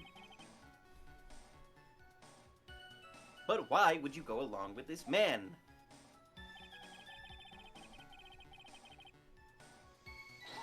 Force feed him the words. And what reason would that be, Mr. Armstrong? You know, monsieur? Yes. Surely you cannot expect a young maiden to talk about such an embarrassment. Now, maiden, you're a bit old Wait. It should have said young. You're a bit old to get away with that.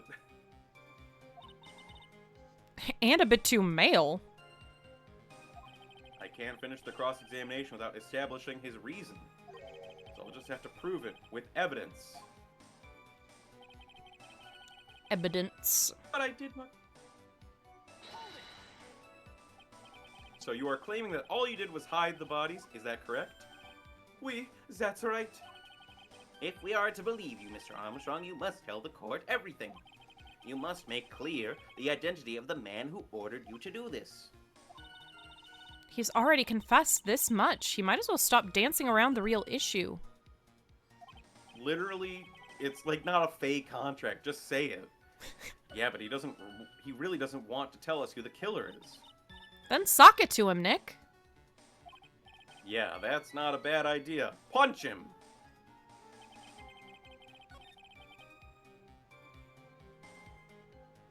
Do I present his profile? Or do I present the contract for the debt that he has? Good question. I'll do both. I'll just present the contract first. No, I'll present the man, because he's saying man. A man forced me to do it. Let's end this dance of ring around the rosy, Mr. Armstrong. Fuck his This shit is up, the then man I'll talk. you've been referring to. Who is that?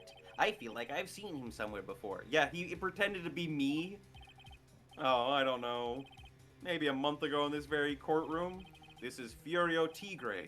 He's the manager of a loan office called Tender Lender, Mingus Pingus. Mingus Reedus. There's no point trying to hide the truth anymore, Mr. Armstrong.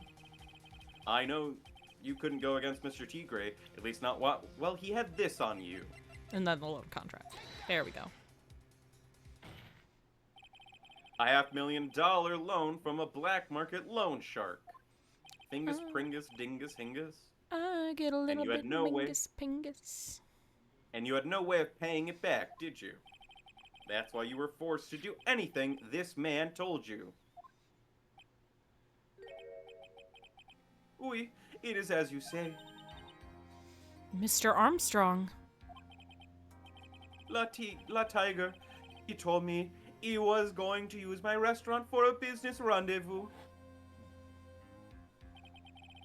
On the day in question, he was meeting la victim to demand that he repay his loan. I don't know why it happened like that. I just did what you told me to. I had no choice. I carried la body and la inconscient. Inconscient? Inconscient. Huh. And la inconscient Maggie out of la dining area. And into the kitchen. After that, I just tried to forget what I had seen. I think we can now safely say that the man who forced your hand was Mr. Sifyro Tigre. I do have one further question for you, Mr. Armstrong. The poison and the lottery ticket that were found in the defendant's apron pocket. Was that your doing as well? None. I knew nothing about that. Making it look like it was Maggie who had done it. I was not. It is despicable. Mr. No.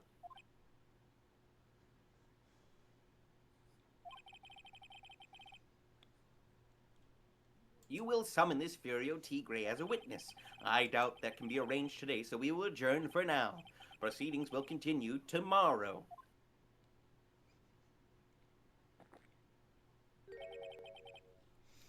"30 minutes.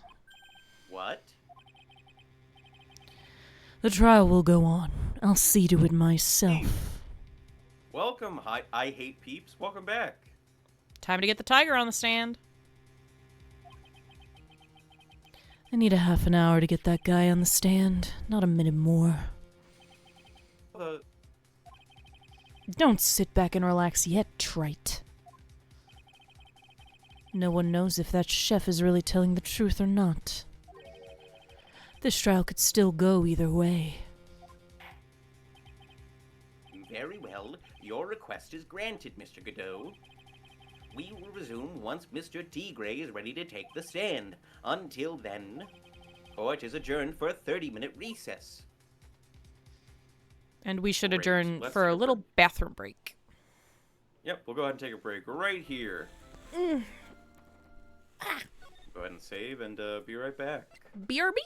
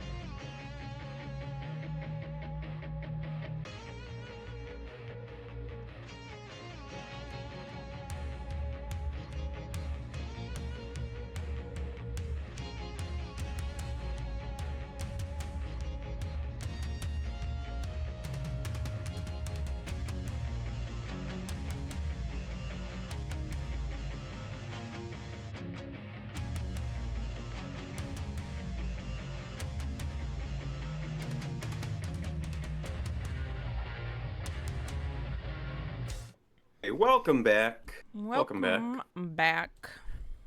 So, given all the jokes that have been made at Armstrong's expense, how much do you want to bet? Fun fact in Japanese, Phoenix Wright is named Ryuichi Naruhodo, with Ryuichi meaning dragon. Don Tigre's tiger theming is because tigers and dragons have a sworn rivalry in East Asian culture. Oh, that's an interesting connection. Didn't know that. That is something that is kind of lost in translation. How much do you want to bet that there's going to be a catch a tiger by the toe? Oh, maybe.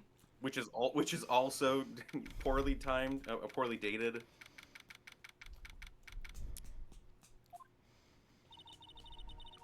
So we're finally going to see the tiger on the stand. We've almost got this case won now, Nick. Wish I could agree. Huh?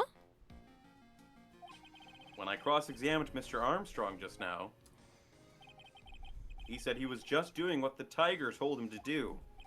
But Godot picked up on it, remember? He pointed out that that without proof, we don't know what he testified is the truth. You mean you think Mr. Armstrong was lying? I don't know, but if that's the line the prosecution takes, we could be in trouble. I get the feeling that we don't have the case making evidence we're going to need. Hey, pal. Detective Gumshoe. What are you so jumpy about, Detective? Your hair's standing on end. You're so jumpty dumpty. What are you You're so about to go jumpty bald. about? Hey, that's the pot calling the kettle black, little Miss Topknot. It's not a top knot. It's not. It's a ponytail bun. Never mind about the hair. Just calm down, all right? I can't stand still when I don't have a job to do. I kind of get wound up. Maya, we've almost got this case one. Phoenix. No! Case one was Turnabout Memories, which was actually Mia's second case chronologically. This is actually the third case. No kidding. You gotta have something you need me to do, pal. Anything. Well, Hey, I'm gonna take a jog back down to the precinct. I could get some prints analyzed for you if you got an hour. an hour? The trial will have reconvened by then. But Nick, we still don't have a really decisive piece of evidence, right? True, without some kind of trump card to pull out of the bag, we're really stuck. You said you could get some fingerprint analysis done in an hour? You bet. In that case, would you mind checking the prints on this for me? Did you know I'm an attorney?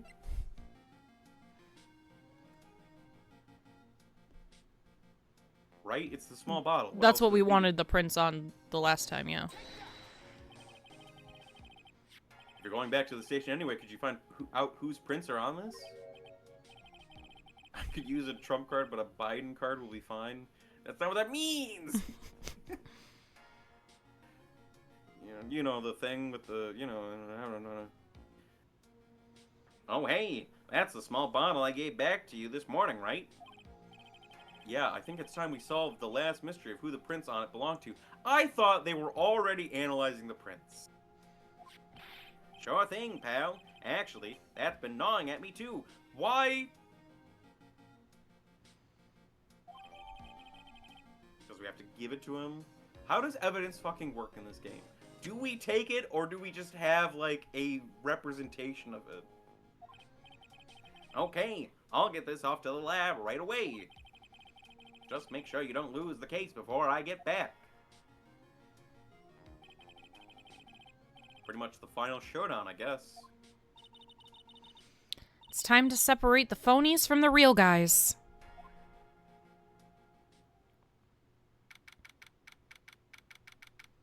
The court record is what is convenient for the story, really. Basically. Pretty much. Court will now reconvene. Mr. Godot, did you find this Furio Tigre? Like, because we don't have the scooter. We don't fucking have this. Why do we have this as evidence? We don't have it. We don't have this lunch special. We just have the information about the lunch special. We have the information about the scooter. Why do we need to physically have something to have it be evidence? This game's ridiculous with that. Anything you don't physically have should become a picture. Like, picture of scooter. Picture of lunch special. That would be way more consistent. Why do we have a newspaper now anyways? The newspaper? The newspaper is the doodle. There's a doodle on the newspaper. I assume you're asking about this. This looks more like a newspaper, but it's actually a magazine.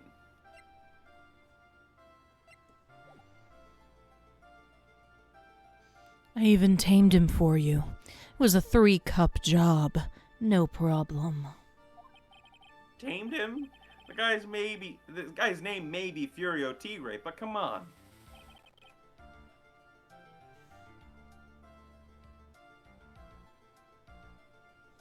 He's pretty lively. Be careful, he still bites. Ow. Very well. Please show Mr. Tigre to the stand.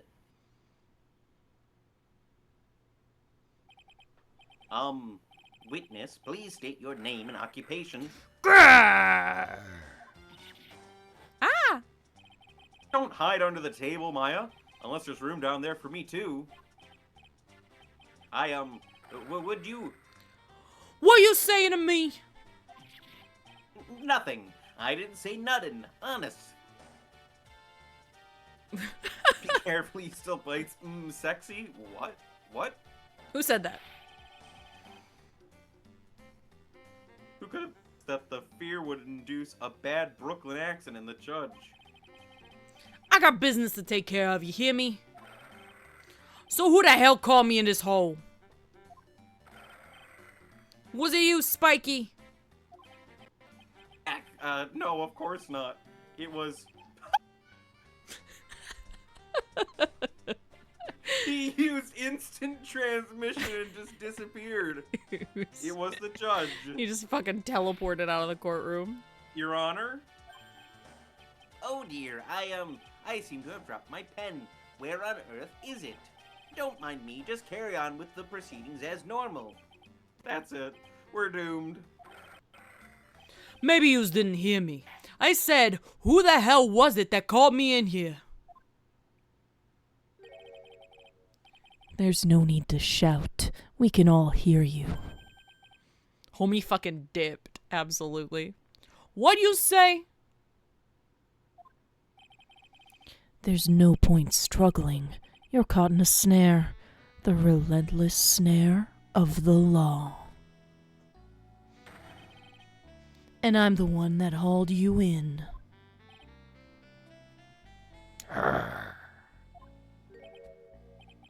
Too cool. Don't let him get the better of you, Nick. Meanwhile, Maya's left the country.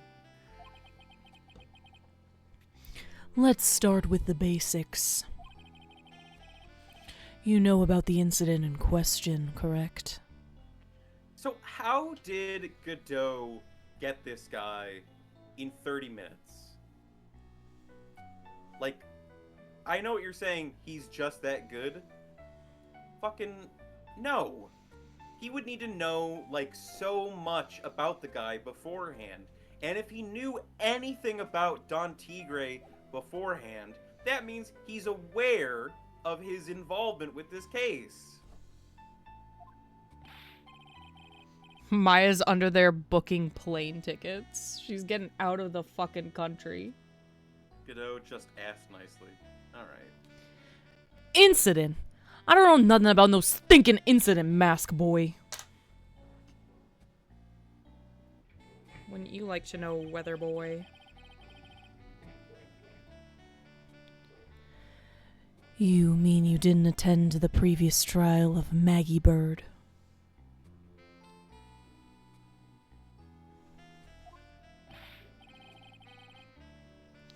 Maggie who?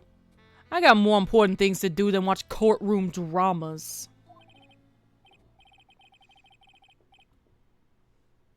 Of course, well then perhaps you can give us testimony. Please tell us about what you did on the day of the murder. Phoenix right.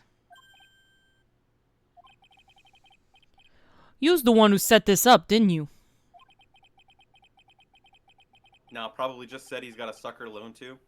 What a cheap trick. You's I gonna wonder regret why the they day had you to ruffled try a tiger's fur, you hear what I'm saying? I wonder why they had the previous trial be a month ago in canon.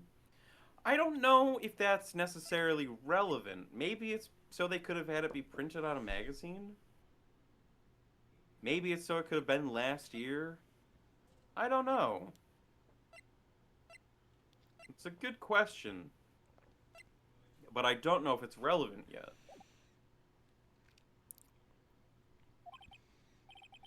Gulp. Maybe I should have brought a diaper with me today, too. He's gonna shit himself in fear. Get a grip, Nick. It should really sound more like... Get a grip, Nick.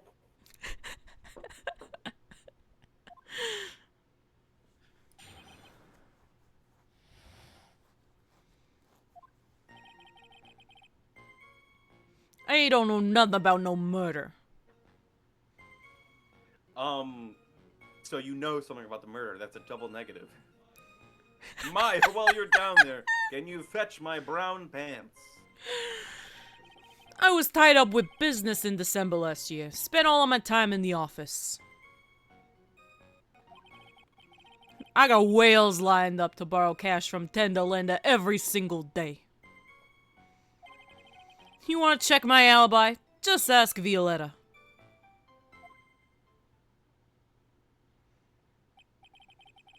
This is the second closest you'll get to front-facing Phoenix. Savor it. Well, we get the we had a profile for Phoenix in a different case or game. I can't remember. We had one though. We had a front profile. Ah, at last I found my pen. Very well then, Mr. Wright, your cross-examination. Ah! Ah! What is it, please? Witness, if you could refrain from shouting like that. I know the kind of games the guy in blue plays. That lowlife ain't no lawyer. He just punches away at stupid details till he wins.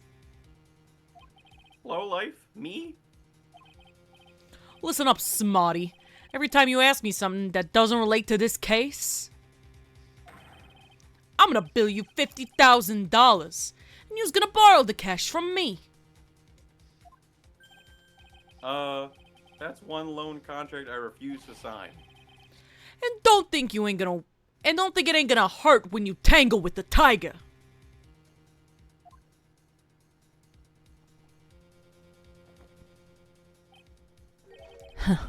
I love a good spectator sport.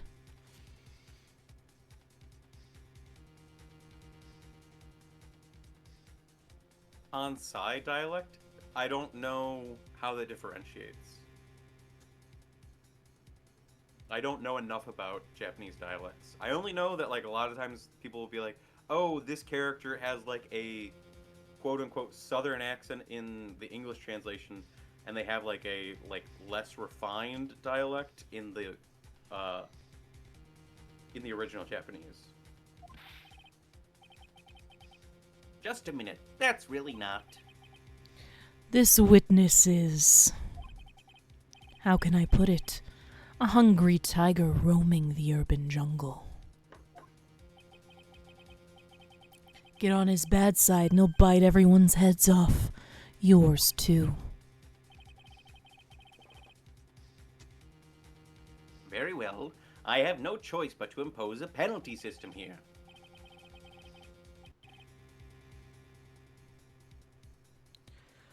You's better be listening. I said I got business to take care of. Big business. And if I don't split now, I ain't gonna catch my bus. The court will impose a penalty for any irrelevant pressing of a witness testimony. Keep that in mind as you begin your cross-examination, Mr. Wright. Great. That's a good deal, Phoenix. I'd take it. If he's in jail, he can't collect your debt. How can I put it? I don't know. How can't you put it? Whatever, mind. Do not take that deal. Yes, Your Honor. You can do it, Nick. Come out from under there already, would you, Maya?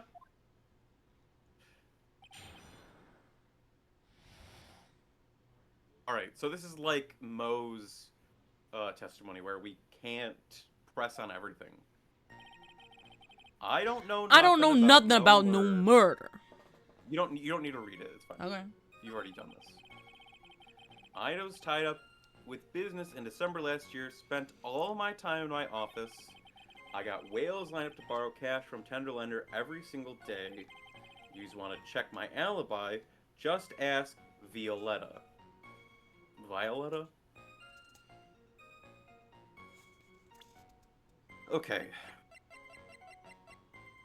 Do we have anything that ties him?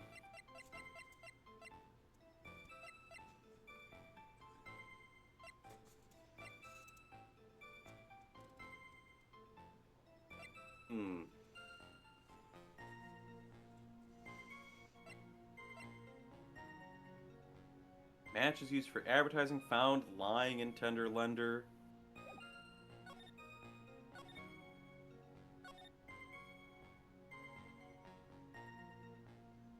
I don't know nothing about known murder. I don't know if there's anything we can currently... This game breaks the 180 rule like crazy, which is a rule in filmmaking stating you should always maintain a consistent POV. Yeah. Which part do you say breaks the 180 rule? You flew past something with his name on it? The tender lender contract? Maggie, Tribulations, meet with the tiger. On December 3rd, the day of the incident, there's a note saying meet with the tiger. Right.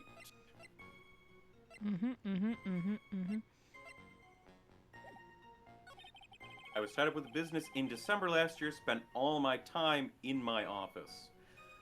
Huh. Does this contradict that? Do you want to? That job listing we stole from Kudo. Do you want to try pressing on that? We get penalized if we press on anything irrelevant. But that feels like where we might be able to present evidence.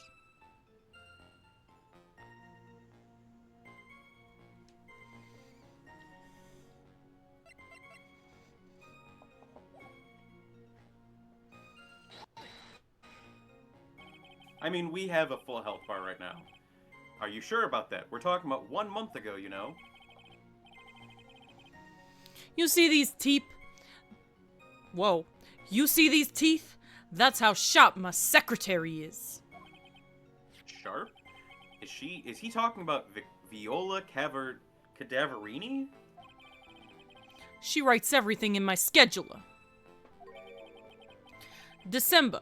Mainly in the office. That's what it says. So that's where I was. That seems like a rather sketchy schedule. Grrr. There he goes again. What the tiger did all December isn't the issue. What's important is, what was he doing on the day of the murder? So now what? Oh, so we can ask, but we can't press on everything?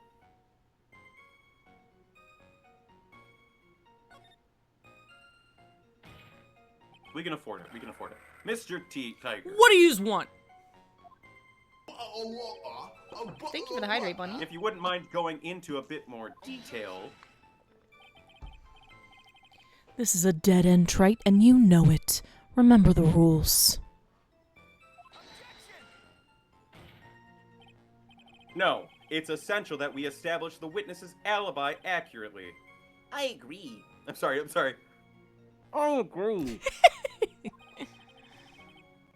The victim was killed on December 3rd. Were you in the office that day too? Maybe yous ain't listening. Of course I was. I never set foot outside. Yes, I know all of Sam Riegel. Because I love him. I had a meeting. I had meetings all day with a bunch of cats wanting to do business with me.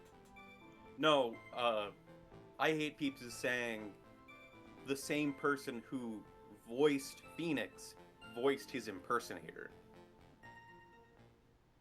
The person who impersonated him in court. Don Tigre is voiced by Sam Riegel, who voiced Phoenix in Dual Destinies and Spirit of Justice. I know Sam Riegel. I love him. Iron. What did I say that was wrong? I ain't never seen that young kid before.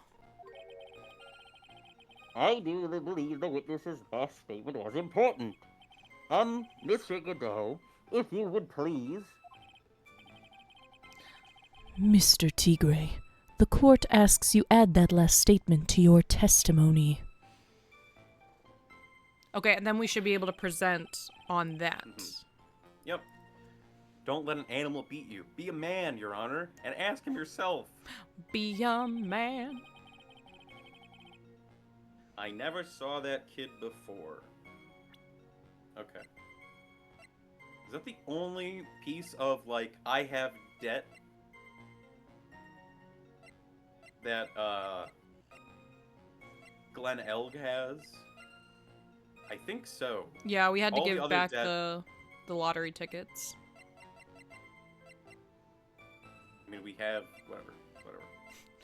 Must be swift as the coursing river, Your Honor. With all the strength of a great typhoon. Mr. Tigre, you claim you didn't know Mr. Glen Elg, but it appears that Mr. Elg knew you. What?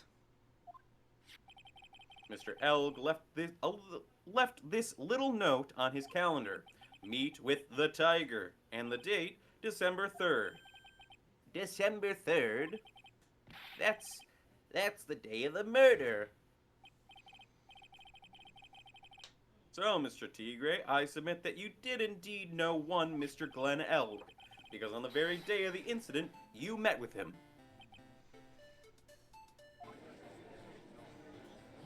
He's way taller than Phoenix. He's way oranger than Phoenix. That's probably the biggest thing. Not bad. He was actually not bad. Sorry? I was just messing with you to see how good you were. Oh, then it's not perjury. You were just messing with him. Did you hear that, Nick? He said you're not bad. Let him say I'm good next time.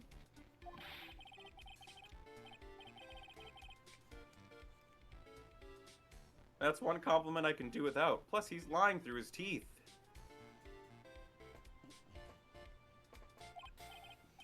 Witness, please remember that you're under oath. Lies will not be tolerated. You's calling me a liar? Is that what you doing?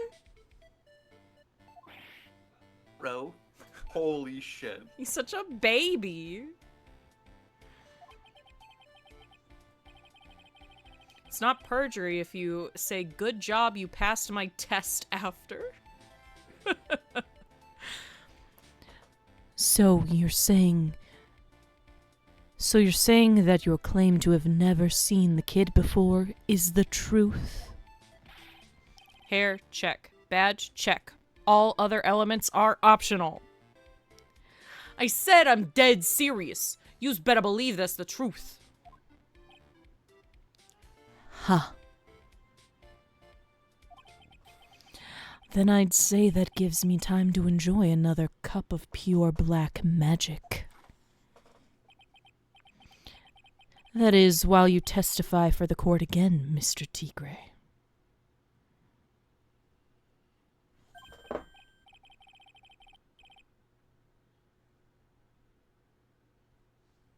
Oh, yes. Would you mind indulging the court, witness? He never actually met the victim? That's got to be a lie right there. It's time I nailed this guy.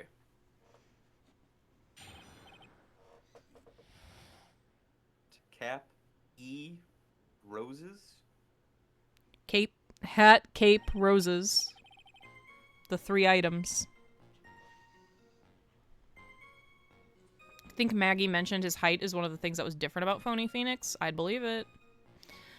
I ain't no liar. I never met Glen Elg. That was some lame guy with that name, though. Wanted to borrow cash from me. I set up a meeting with the guy at my office, Tenderlenda. I waited around for him, but he ain't never showed. I ain't never even been to that Tribulations joint, you's hear?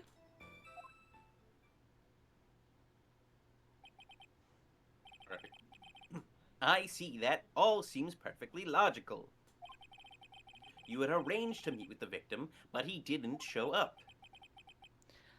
Heard it's pretty hard to keep appointments when you're dead. Very well, you may begin your cross-examination, Mr. Wright.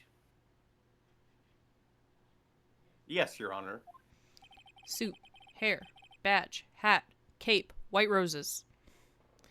Didn't I tell you I got a Greens, big deal beans. going down today? Greens, beans, potatoes, tomatoes.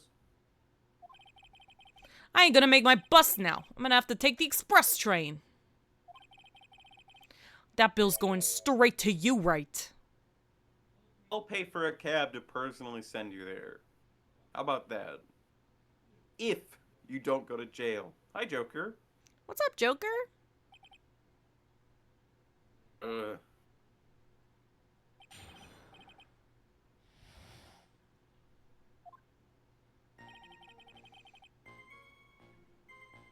I never met Glenn Elg.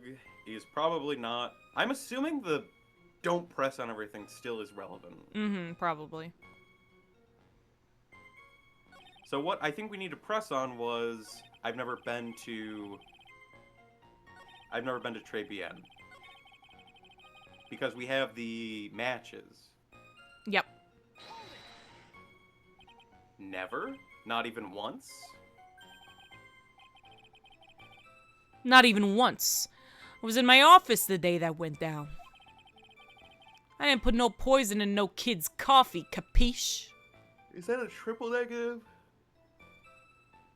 I do like the idea that if, like, the judge was of a mind to, all he would need is a pointy wig, a blue suit, a badge-looking thing, and no one could tell he wasn't Phoenix Wright. Isn't that what happened? No, like if the judge did it. Oh, okay. We're That was doing your favorite good, lawyer Joker. duo? We're doing pretty dang good.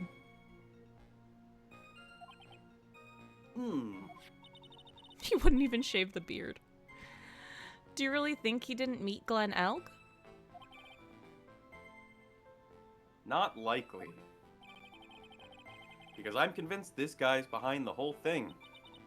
So you mean that whole testimony he just gave was a lie? Of course. So we can't afford to give him time to think of ways to plug the leaks in it. Welcome back, I've Baker. got to nail him while I still can. Welcome back. It's my only time to nail my clone.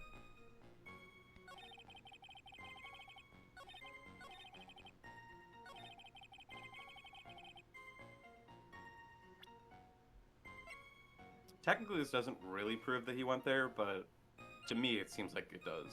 Seems relevant. That whole testimony was a lie? Maya, is this your first case or what? Silk hat, cape, white roses? Oh boy. Phrasing? I didn't want to acknowledge it. Thank you for acknowledging it, Timber. Mr. Tigre, is there something you would like to tell the court about these matches? Matches? What are you talking about? We found them in your office at Tender Lender. They're from that restaurant. What? If you've really never been to Tribulations before, what was a book of the restaurant's matches doing on your desk? You've been snooping around in my stuff now too, wise guy. Technically, the matches don't really prove anything. Sorry, they don't really prove anything. What are you, my ball and chain? Ain't no broad controlling me. Order, order. Well, witness? I think it's time you started telling us the truth, don't you? Sorry, I'm terribly sorry. Forgive me. What a baby. I ain't no pussycat. I don't go back on what I said. But, okay. I was at the joint that day. So you're going back on what you said. What? But listen good, alright? I might have been there, but I still never met that kid. Well, well.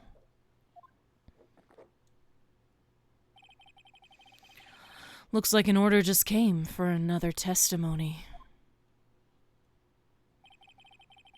I'm this close to proving it was him. I don't go back on what I said. Anyway, here's the complete opposite of the thing I said earlier. Exactly. He did meet Glenn Elg that day.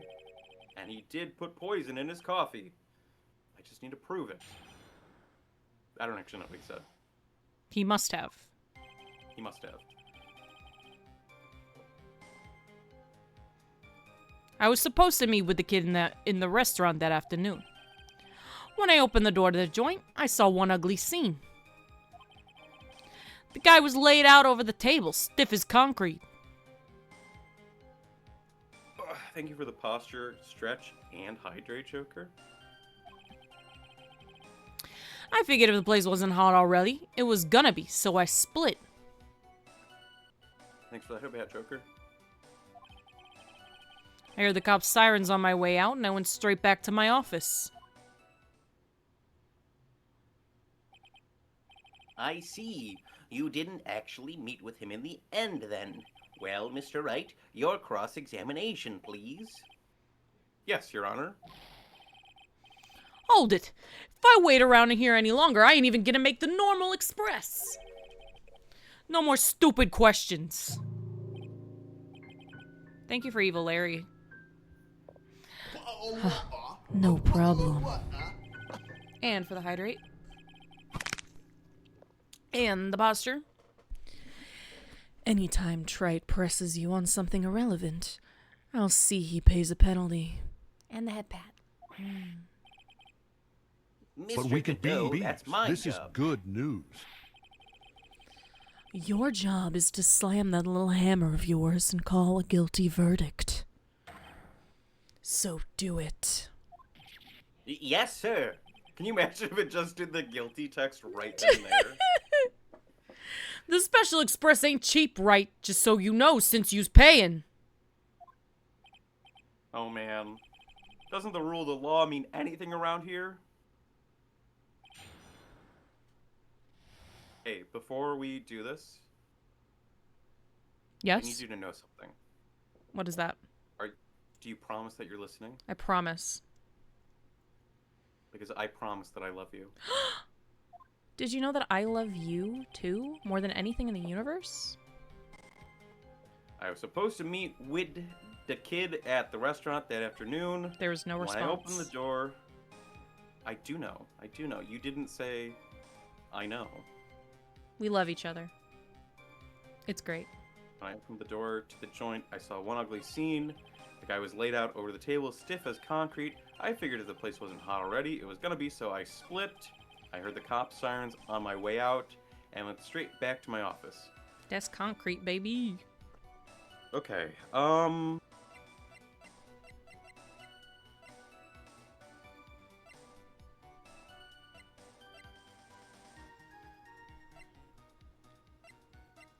I feel like the decisive evidence is gonna be his fingerprints on the medicine, but obviously we don't have that. Mm-hmm. Okay. Why do we have this secondary lunchbox? Still. No idea.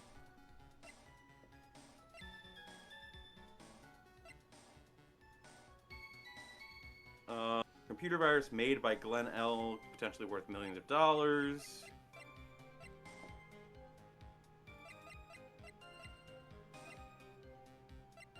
Paper badge. Potassium cyanide. In case you get a little hungry. And a million sausages, because I'm hungry. Ooh. I am hungry. You want a million sausages? Hmm. You didn't eat anything? No, I had yogurt. I had yogurt for breakfast, and I just had yogurt for a snack, so I'm full of yogurt.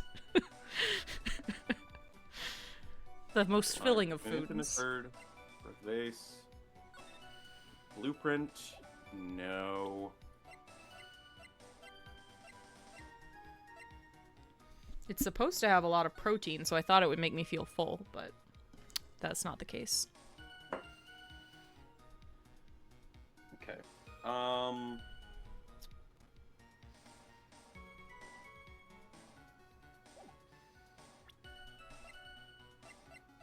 Gosh, we don't really have any evidence, I think, about what he's talking about. So we gotta press, Mm-hmm. right? But what should we press on? What seems most relevant for us to press on? It sucks because it's like so much of this seems relevant. I Figured if the place wasn't hot already, it was gonna be, so I split. The guy was laid out over the table, stiff as concrete. When I opened the door to the joint, I saw one ugly scene. What to press is prescient? Yeah. Wait, is it the floor plan? When I opened the door to the joint, I saw one ugly scene? Yeah, how would you have seen that from the door, maybe? You wouldn't have been able to see What that from the door. Press that is prescient. Okay, let's press on this, because I think this is the line of questioning that we need, because we need him to say that he didn't step in. Sure. An ugly scene? What do you mean? The witness has already told us, trite, which makes that question irrelevant. But... Alright, we'll go ahead and present. I limit myself to 17 cups of coffee during a trial. That's the rule. You better limit the number of times you take a penalty, trite. Or your guts will look like the inside of a chimney. Ashen.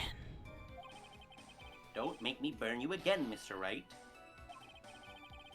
I guess I shouldn't have pressed him on that. Guess I'm gonna make that special express after all. He got roasted. So to recap, you saw this ugly scene you saw was...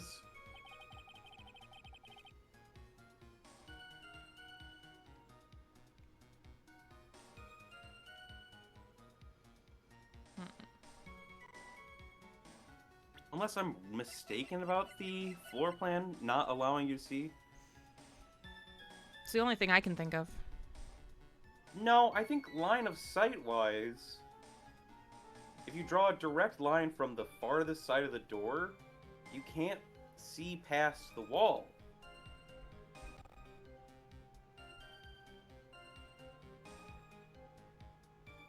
Your vision should totally be blocked off from the victim's seat.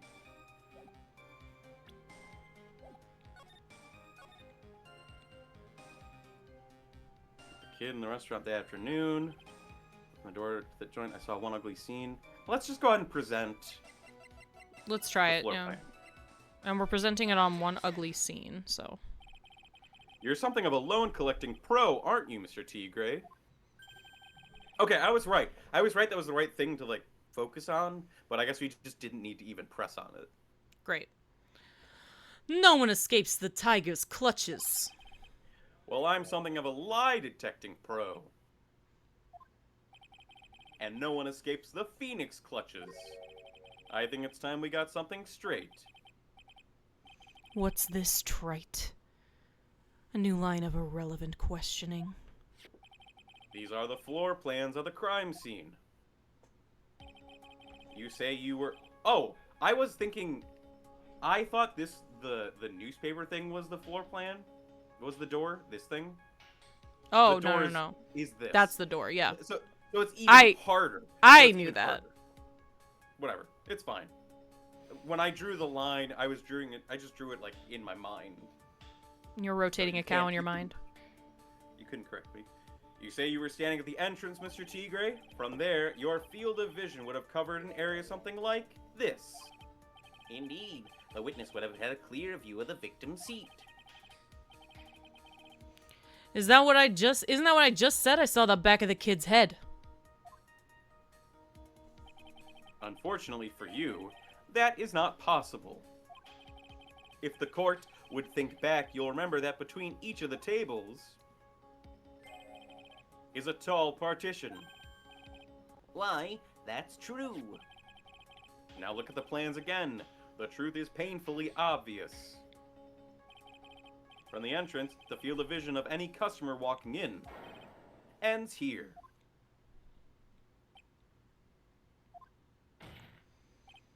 So, from the entrance of Très Bien, you couldn't have seen the victim's seat. But you did see the victim that day because you had met with him. Wrong. Have you forgotten the old man's testimony yesterday? The victim was alone at his table. The defense just proved that point to be moot. The victim witnessed by Mr. Kudo was not Glenn Elk, but a fake. What? In order to have Mr. Kudo falsely testify, the real killer posed as the victim he had just killed and acted out a charade. That will do. This trial has gone on long enough without the obvious question being answered. Who exactly was this real killer who impersonated the victim? You say the killer murdered Glenn Elg, and then impersonated his victim in a performance for Victor Kudo. In that case, Mr. Wright, reveal the identity of this criminal to the court. What are we doing here? Is it? How could it be anyone else other than Sifyro Tigre? I would say it would either be him or Violetta, but probably him. Violetta impersonated Maggie. Yes, you're correct. The killer is Sifyro Tigre. No one else could have done it. Or at least that's what I think. What? Well, witness? Now that's cute. You think you can pin this on the tiger? Maybe you don't understand. The tiger is king of the jungle. So I dares you to say it again. Come on, you got the guts. You can't threaten me, Mr. Tigre. It's the defense. Go ahead and tell the witness, right, Mr. Wright? Mr. Wright! Sounds to me like it must be you, old man. You've got guts, I'll give you that. Mr. Wright, do not leave me to handle this alone. Perhaps I can end this embarrassment. Mr. Godot.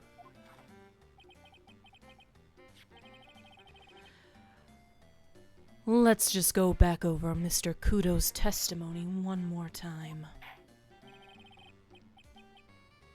The old man didn't see just the victim. Oh, no. The Sharon girl brought him a Javachino, but she put something in it. There's no question about it. She very conspicuously put some white powder in there. Was the victim he saw the real victim or not? That doesn't matter. The fact remains he saw the accused put poison into the coffee. Yes, it was the waitress who poisoned the... Very impressive, Mr. Godot. Waiting for my absence to launch your attack. Huh.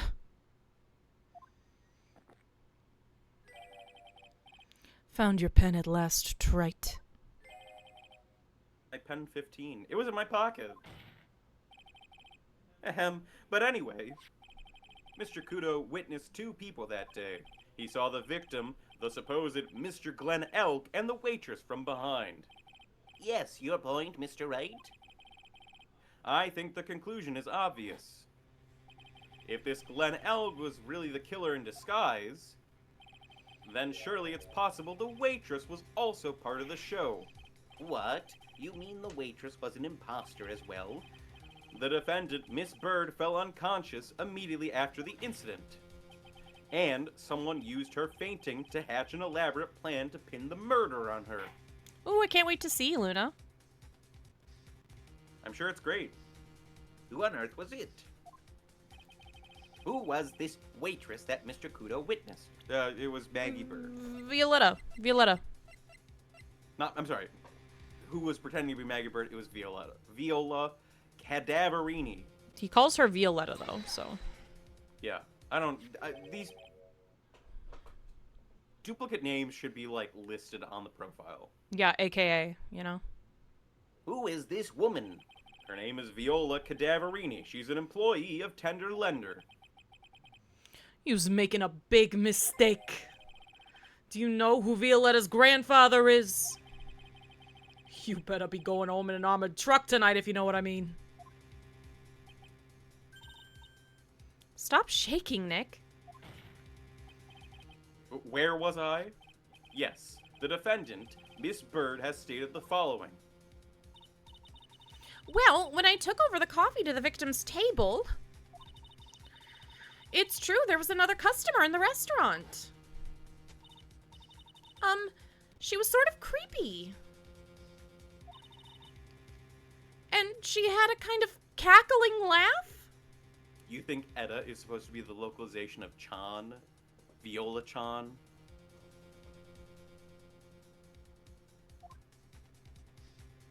I think that makes sense, Otto. I mean, it's a nickname. I'm sure there's a similar nickname in the original translation. There are just too many contradictions in this case.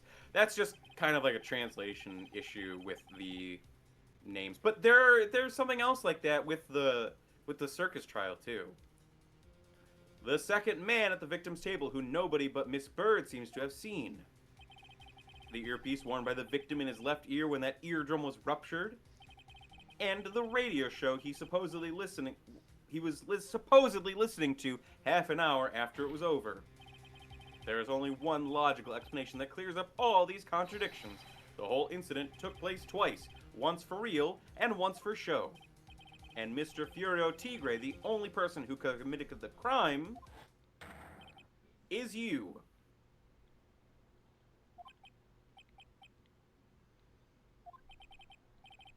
Yes, what have you got to say? That's cute. Sorry? He's alright. I could do with a guy like you around. What do you mean? Okay. I'm in on this game. I'm gonna have to charter a jet to get me to my meeting now, but I'm gonna give yous one more thing to think about before I go. Something to think about? Yous got it all wrapped up nice, alright. But yous missed out on one real important thing. That can't be. I was in the joint that day. And I met that kid too. And I didn't. And I've also been laundering money. And I have 50 unpaid parking tickets. Is that it? You done? Yes. But I couldn't have poisoned him, he's here. What? Do you really expect us to believe you now, Mr. Tigre?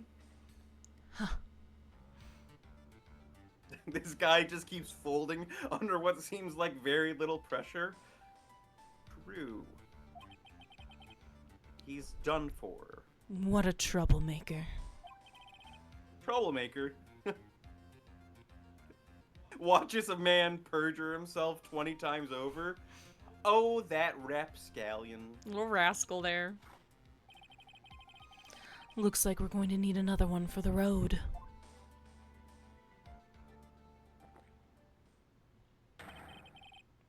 One more steaming cup of hot testimony. Indeed. Witness, you will explain yourself to the court. I will give you one more chance to testify. What happened that day at Tribulations between yourself and the victim?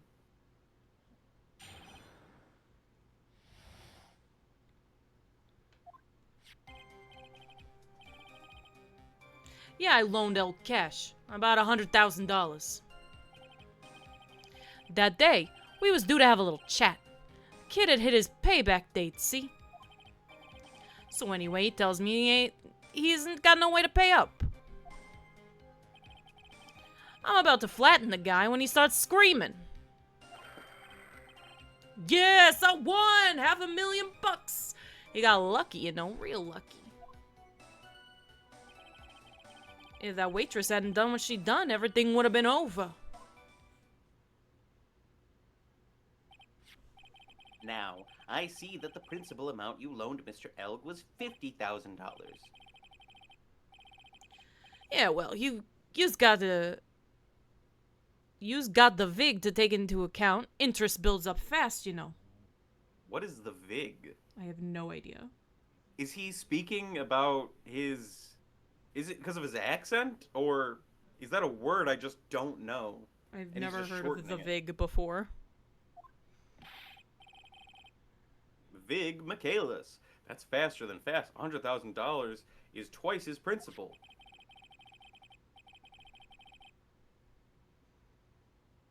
You don't know Otto? That's fine. And the repayment deadline was December 3rd, the day of the incident in question. Yeah, he was one lucky kid. He got that $500,000 just in time. So I ain't have no reason to kill the kid. And if I ain't got no motive, you ain't got no case. His motive? He has to have one, but what is it? Viola Cadaverini's debt.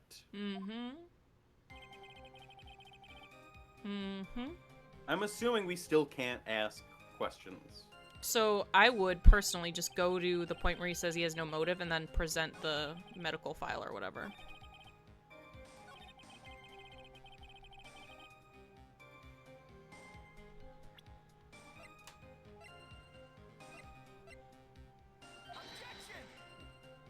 Okay, I don't think that was right because of this. I mean, Wait, was that where it said he had no motive? Was that the part you were on? We can confirm with the day we was to have a little chat. The kid had his payback date. So anyway, he tells me he's got no way to pay up. I'm about to flatten the guy. Yes, sir. $500,000. He's got lucky. You know, real lucky. Oh. Yeah. No. Present it. Present it where he says he has no motive. I pushed on the wrong thing. I apologize. I feel like we might have to press, but I'll present it on the correct thing. I apologize.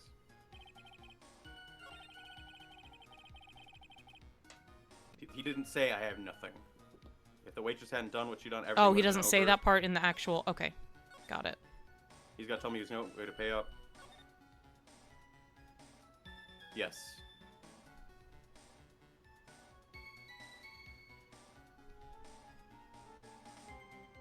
So, yeah. Did he have any way of paying the loan back? We need to press because I don't think Yeah. we have a. Yeah, I thought that no motive thing would be a part of his testimony that we could present that on. That's fine. The fool was a gambler. He said he couldn't give it up till he landed a big win. Yes, we can afford it. We can afford it, Otto. So I agreed to help him. Help him? You? I kept hitting him with ideas for ways he could get a big win. But the guy kept losing. So you were helping him for his sake or yours? Win through compromise. Yous help me, I help yous. What's the difference, huh? I don't believe this. Nick, would anyone really ever loan money to someone they thought was unreliable? Like, for example, if it were you, I'd only loan you $5 max. Thanks a lot, Maya.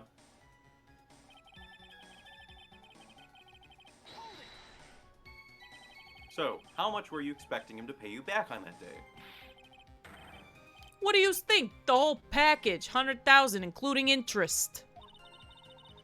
It's a real heavyweight punch. Once a client misses a repayment, you call the whole loan in. You want to make it in my world, that's all you's gotta know. And how many times had Mr. L been late with his repayments? Once. And how much was he supposed to pay back every month?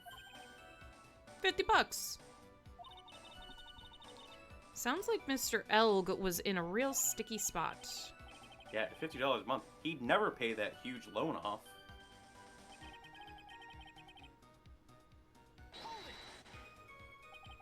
How much did he have left in his debt? You want it in round figures? About $100,000. That's the whole amount. We're talking about a guy who had 58 cents in his wallet. Maybe it's the MC Bomber. Well, that's the virus that I assume he was trying to... He's saying he had no way to pay up. Yeah, I'm assuming that was the way he was gonna pay up. What? You was telling me he wasn't even gonna pay for the coffee? Bye, Bunny. Bunny. Love you. He certainly seems to have been a brave man, this Mr. Elg. That guy was smooth, I tell yous. Real smooth. You'll have your money in less than 5 minutes, that's what he says to me. The guy then calls me the tender tiger. He was skating on thin ice with me.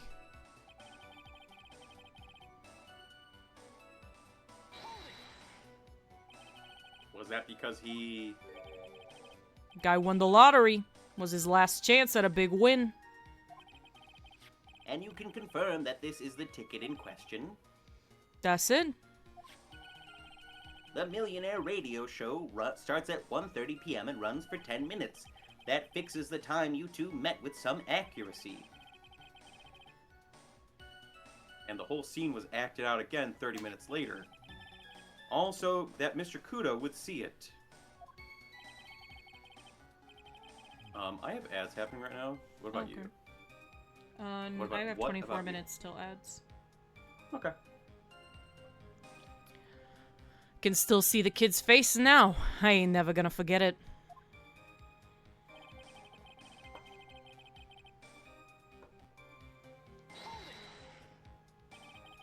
Was there anyone else in the restaurant at the time? I don't remember. If there was no one there, I'll wear that ridiculous tiger shirt for a month. Mr. Armstrong, Maggie, and if I'm right, Viola Cadaverini were all there at that time. So the victim had intended to repay you from his lottery winnings from the beginning. Seems that way to me. But you wouldn't normally expect to win the lottery, would you? Huh. The undying belief that your next roll will end the worst losing streak you've ever had. That's what defines a true gambler. He makes it sound so cool. Don't be tempted, Nick. You haven't got the willpower for it. Or the money, I can't even afford a ticket. All I know is the kid took the shot and he got lucky in the end. Gambler? I hardly know her.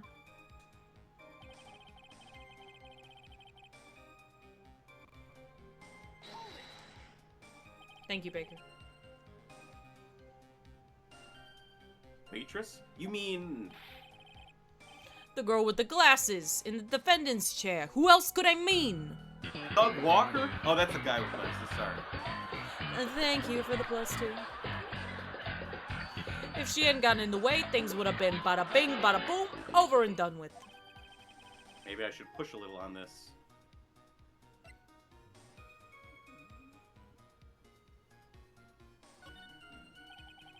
Do you mean things would have been over and done with? You's all in there or what? I'm talking about the cash. I was there to get my $100,000 back. That's all. I'm a businessman. It was all coming together before that waitress got in the way. As far as I can tell from the witness's testimony, other than recouping his loan, Mr. Tigre had no motive for killing the victim. Witness, you will amend your testimony to reflect what you just said. There we go. The tiger's motive, huh? Here we go. Well, we can press on this first. Are you saying you had no motive, no other motives that day? Yeah, so what? Then why didn't you take the lottery ticket when you left? Why do you think? Because of Four Eyes over there. Because of Maggie? How about you go ask Four Eyes about that $500,000 ticket? She wanted it so bad. She poisoned Elk's coffee. A likely theory. Your word hasn't held water lately, Mr. Tigre. Let's not forget this witness was actually at the scene, Trite. The law don't exactly agree with some of the deals I send down. Couldn't be there when the cops showed up, so I split. I see. Your Honor. Witness' last few statements are worth a good 2 cups of coffee. Well, Mr. Wright, are you happy with the testimony, or would you like it amended? Have it amended. I'm not going to get anywhere with the testimony as it stands. Your Honor, the defense would like the testimony amended. Witness, you will amend your testimony to reflect your recent statements, please. I'm a career criminal. That's why I couldn't be near where cops might turn up. Thanks to what she did, my business with that kid was over. The tiger's trying to pin the crime on Maggie. If I ask him what he saw, it's only going to damage our case.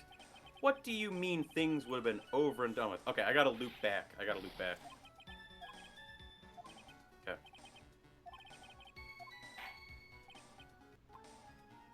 We gotta amend it back. I thought it was gonna increase the dollar amount.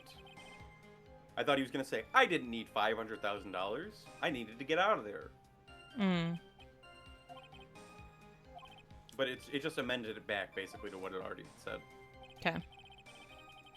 Okay, we can go ahead and present Violetta's medical papers. So you just intended to get back the $100,000 Mr. Elg owed you, correct? I loaned the guy the cash, so that's my right. Unfortunately for Mr. Elg, $100,000 wasn't enough to cover it, was it? Huh? About 6 months ago, you were involved in a traffic accident, weren't you? An accident involving a car and a scooter in which a young woman was injured. She was taken to the hospital where she underwent surgery. If someone got hurt in this accident, it looks like Tigre. He got hit. On a scooter. How the fuck is Viola the one who got hurt? Yeah. Maybe because he's built like a brick shithouse. Tigre is just built different, you know? I guess. The picture should have been him getting hit, but like the car crumples up. Where did yous get all this info? These medical papers document the treatment of the young woman in question.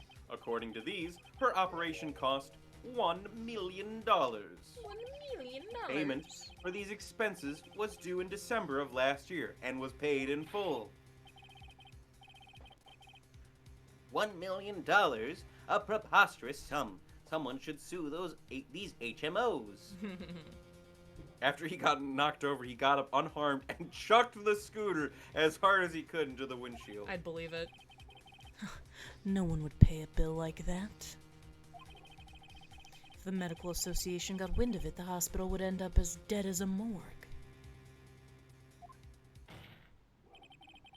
Mr. Tigre had no choice but to pay, because his very life depended on it. Gah! Order, order, order. You say his life depended on it, Mr. Wright. Indeed it did, simply because the injured woman was none other than Viola Cadaverini. Did you say Cadaverini? Haven't we already brought her up?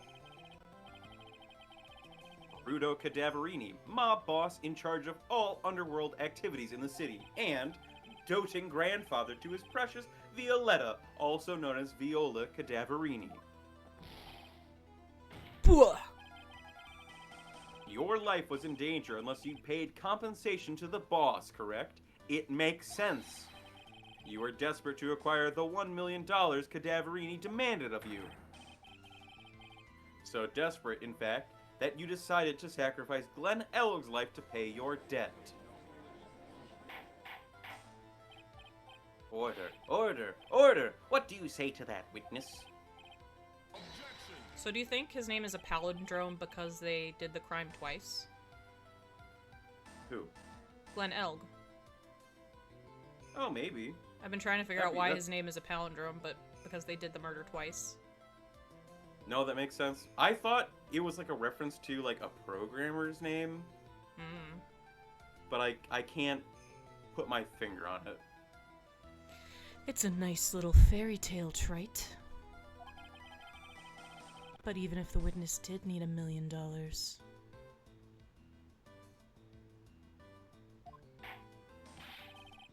that doesn't tie him to Mr. Elg's murder. Mr. Elg only owed him $100,000, had no hope of repaying it anyway. His boss's name is also a palindrome? Lisa Basil. I didn't realize her first name was Lisa. Yeah, that guy wasn't worth my spit. Does that count when there's like one letter in the middle? I feel like it should, but It I feel does. like it should probably also be... Alright. Be someone who killed him but then brought him back to life. They technically did by Quote, pretending to be him. quote unquote. I don't think so. In fact, the opposite is true. The opposite. Oh, Glen Elg is the same way? True.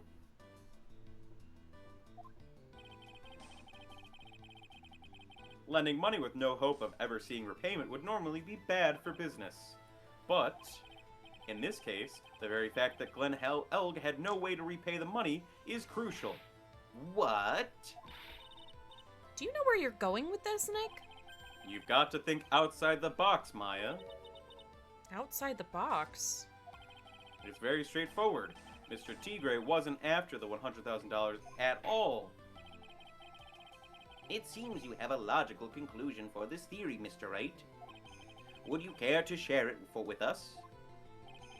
What exactly was Mr. Tigre after? MC, The MC Bomber. Bomber.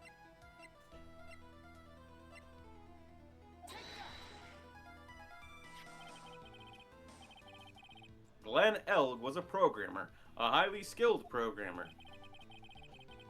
That skill was the collateral Mr. Elg put up in order to borrow the money. Care to explain how skill can be used as collateral to secure a loan, Trite? He had the skill to create a computer virus, and so he did. A virus known as MC Bomber. A computer virus? What does one of those do? So old. A computer virus is a program that wreaks havoc on the insides of a computer. A computer? What does one of those do? No shot. You know what a computer is. I guess the beard isn't the only part of his honor that is from the Stone Age. I'll explain it to you later, Your Honor. Right now, this is the important point. A virus like MC Bomber would be worth several $1 million on the black market. Mr. Tigre, you couldn't have cared less about the $100,000, isn't that right? All you cared about was the one thing, the virus. Grr.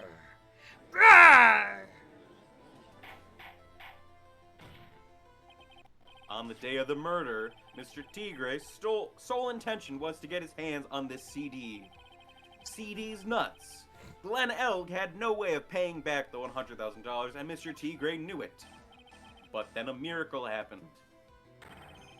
The kind that Mr. Tigre would prefer to say never happened, but he can't, and neither can I. The lottery win.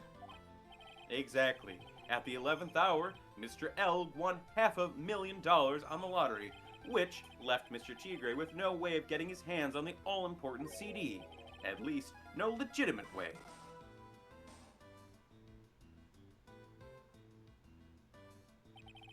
So he resorted to illegitimate means. That's crazy. He murdered Glen Elg, then made his next move. CD's To nuts, frame Your Maggie Honor. Bird Mr. for the Wright, I crime. find you in contempt of court. Would that happen? Mr. Tigre posed as Glen Elg, while Viola Cadaverini played the role of Miss Bird. Then they reenacted the whole thing in order to establish a witness. The witness being the one we all heard testify yesterday, Mr. Victor Kudo. Like I said, Trite, that's crazy. No one could pull off a stunt like that. For starters, there's no way the chef could have been kept in the dark about it. Mr. Armstrong was in on it from the very beginning. Have you forgotten already, Mr. Godot? Mr. Armstrong owed the witness money too. $500,000, in fact. He had no choice but to go along with Mr. Tigre's plan.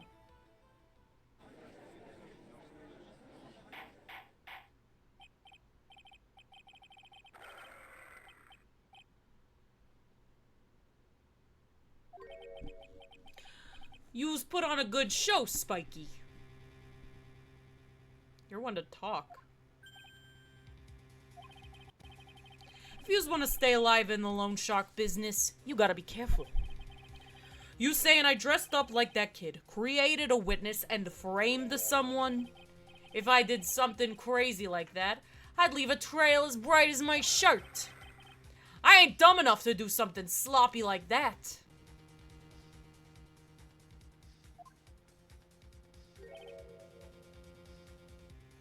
I agree. You do? Despite your appearance, you are very careful. That's why you took one more precaution. One more trick to make sure Miss Bird had no way out. What? Another one, Mr. Wright. Interesting. Why don't you fill us all in, trite?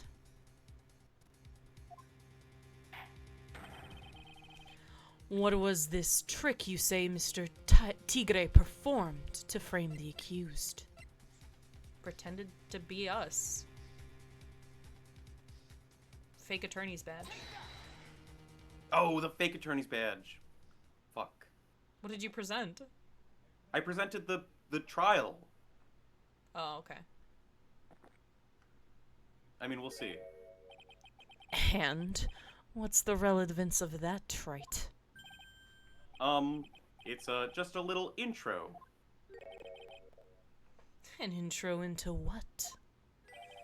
It seems all this has been an elaborate trick on part of the defense. Oops.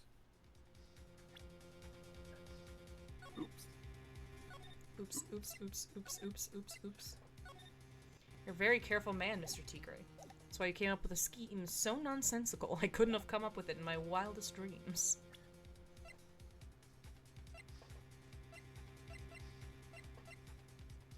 No other escape.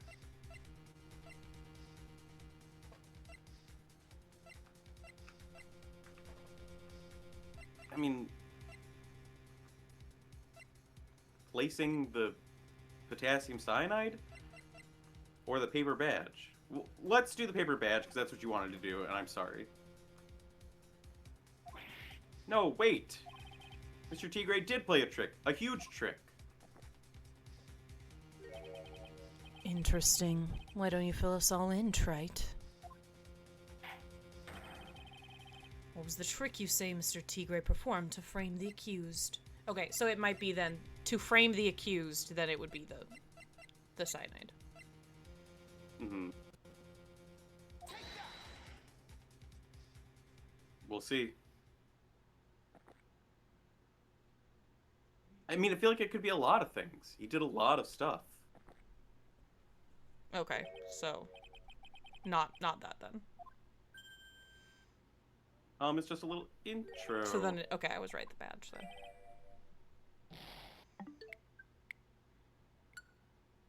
Oops. Oops, oops, oops, oops, oops. If it's not the badge, then I don't know. I would truly have no idea if it's not the badge. What trick could he have done?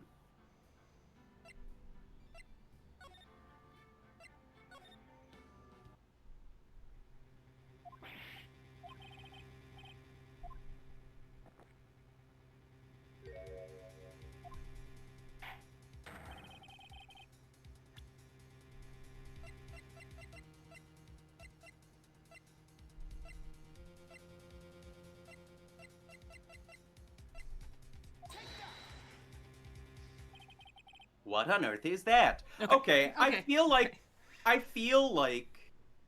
the trial magazine also should have been Sure. presentable there. Sure. I agree. That is a moment that I feel like two pieces of evidence could have worked. What an insult to think anyone could be fooled by such a childish imitation. Consider yourself insulted, Your Honor. Mr. Tigre, you didn't just pose as the victim on the day in question. A month ago, in this very court, you posed as me. Like, I get why the badge is more relevant, but I feel like the trial magazine is still pretty fucking relevant. Sure. What? That's... The truth. But the witness looks nothing like you, Mr. Wright. Although, now that I think about it, it was you, wasn't it? Yeah, the magazine shows the trial happened. That's why I'm saying I get why the badge is more relevant, because that shows that. But I feel like if they would... It should have just been a tree right there.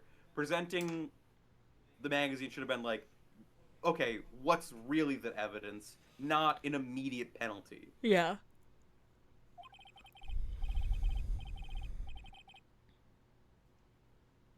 Like, obviously, if we had presented the sports paper or the lunch special, that's truly wrong. Mm-hmm. And that should get the penalty. But the magazine, I feel like, okay, at most, just, like, give me a second attempt. Because the magazine is still relevant to the trial. No doubt it was you, standing in here this very court, a mere month ago. The Phoenix Wright who put up the most disreputable, shabby defense I had ever seen.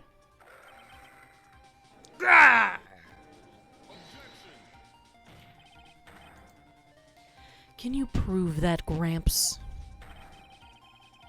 Prove the attorney who represented the accused here a month ago was this man? Are you prepared to take the stand and testify it was him? Unbelievable. Which part? Gulp.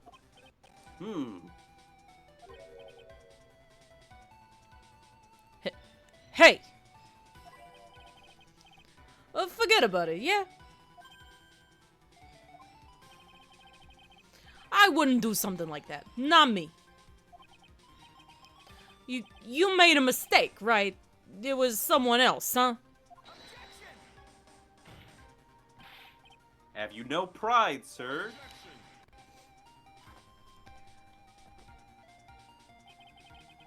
This isn't a matter of pride.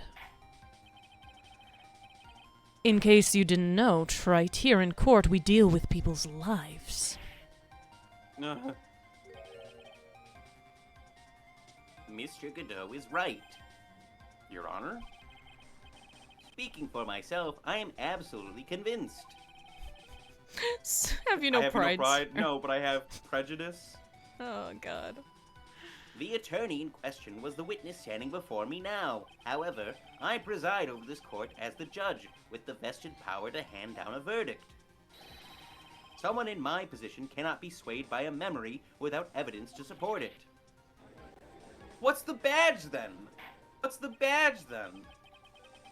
If the defense has no further evidence, the court will now excuse the witness. The circumstances surrounding Mr. Tigre are dubious for sure, but not conclusive. Good job on finding a way around my, my command, Baker. But we've come so far. You say he impersonated Glen Elk. You say he impersonated you. But none of that adds up to a murder charge. Have you no pride? No, sir, I'm actually straight. You don't have a shred of evidence the witness poisoned the victim's coffee. Ah!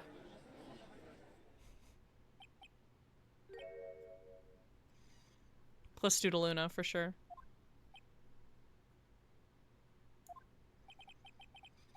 Sucks to be you, right?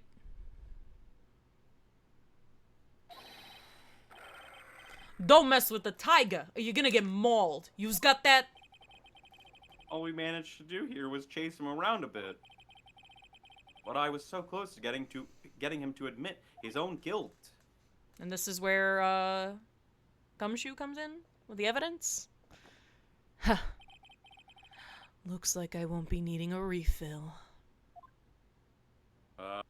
I mean, we'll see. If I just have one more piece of evidence, and maybe I could get Maggie off the hook. This witness's cross-examination is over. You are free to go, Mr. Tigray. The evidence from Gumshoe doesn't prove that he impersonated us, though.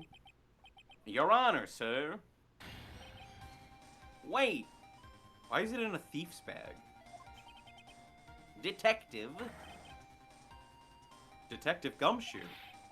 Sorry I took so long, pal. I staked everything on this. My badge, the works. So here it is. My heart's counting on this, too. What is it, detective? Isn't it obvious, pal? They had a thief in questioning and he borrowed their bag. It's the final decisive piece of evidence. What? It's just a loose banana. One loose Like- banana. It's not even in the peel. Naked of the skin.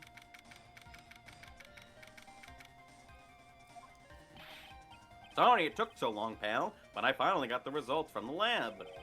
The results? About the prints, pal, from this medicine bottle.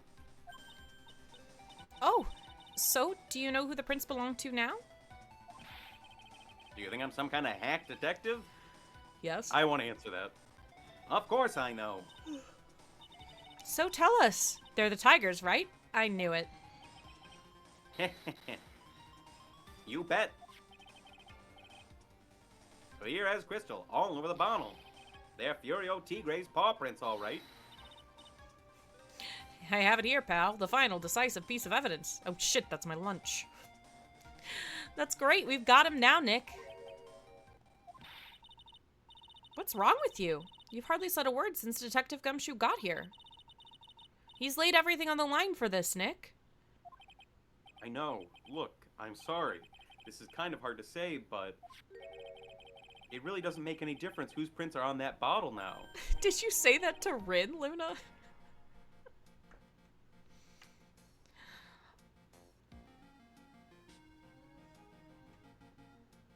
No, but I could. Huh? What? Why not? What we need to produce at this stage in the trial is irrefutable evidence that the tiger put poison in Glenn Elg's coffee. He's already admitted that he met the victim. The fact that his prints are on this bottle, that really doesn't make any difference now. I knew it. Great. No matter how hard I try, I'm never of any use. Hey, don't be so hard on yourself. This was our last chance to help Maggie, and I've been working on some useless piece of evidence the whole time. It's all right. I'm a real loser. It's not breaking news to me, pal. Aw. It's probably Maggie. Detective Gumshoe? Maggie? You've been working on something for me? Sorry I let you down, Maggie. I know you didn't do it. And I'm a detective. We're supposed to be able to prove stuff like that. I'm really sorry. I'll get out of your hair now. Detective Gumshoe, wait! He's gone. Isn't there anything we can do now, Nick? I wish there was. Gumshoe worked so hard to get that evidence. If only there was some way I could use it.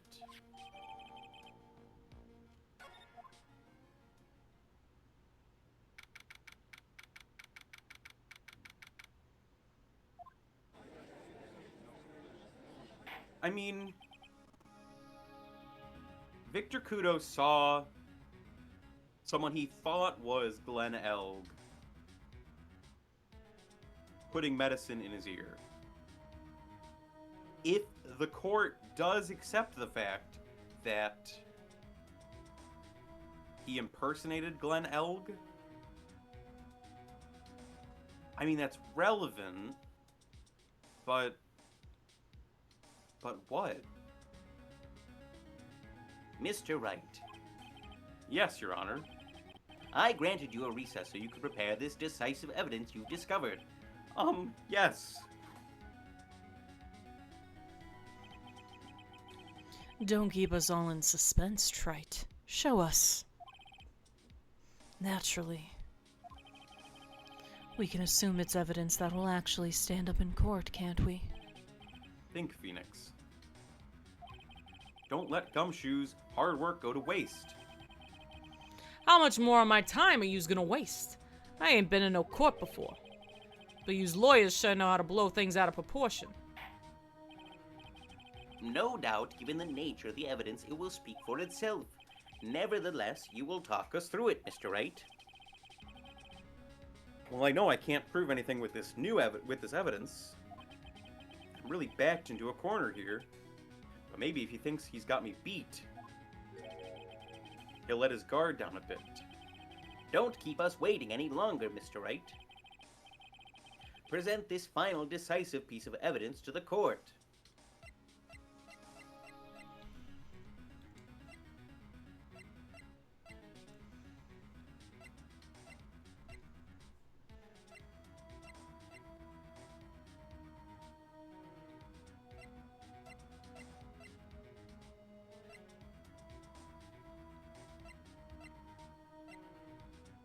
Just present the small bottle? I mean, it's the only new piece we have.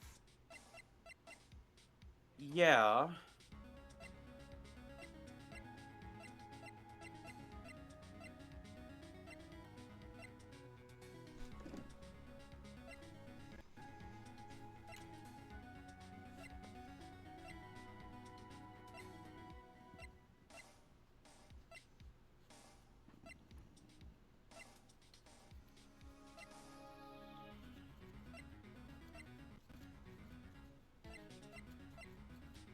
Alright, well, we can present this. It's gonna take some time to get back here if we lose. This is the defense's final piece of evidence. Isn't that the victims? Your Honor. Naturally, the court is already aware of the contents of this bottle. However, interesting new information has come to light. We have clearly identified some fingerprints on it. Fingerprints belonging to you, Mr. Tigre. What? But, Mr. Wright, what conclusion are you hoping to draw from this new information? Everyone in here knows what this bottle contains. Except one man. One person in this courtroom should theoretically be in the dark. Oh, we're gonna say the cyanide was in here. My prints are on that pansy-looking bottle? Is that what you saying? What the hell's in it anyway? Phony trial, a phony lawyer, and phony clues. I'm becoming Francisca von Karma, a foolish fool. Everything about this case has been phony. Seems like the perfect excuse for some phony evidence. Mr. Tigre, this is the decisive piece of evidence that will prove your guilt. Why? Because it contains... Potassium cyanide. Yeah, okay. I thought it said the victim's ear. The victim's ear. This bottle contains potassium cyanide. Potassium cyanide? The poison used to murder Mr. Elg, Your Honor. The victim's killer used this very bottle. And on this bottle, Mr. Tigre, we found your fingerprints. Well, how do you explain that? They blended it up to shove it in there. Ha ha ha! You make a good clown, you know that? What? Yous ain't never gonna get this to stick. Yous just making me laugh now. You think a cheap bluff like that's gonna fool the tiger? A bluff? I see straight through you, Phoenix Wright. That ain't the bottle with the cyanide in it. This is the bottle! No, this is the bottle we found traces of the poison in. Don't mess with the tiger, you're gonna get ripped to shreds. The cyanide bottle was brown, and it was made of glass. That cheap piece of trash don't look nothing like it. Way to back yourself into a corner, the tiger.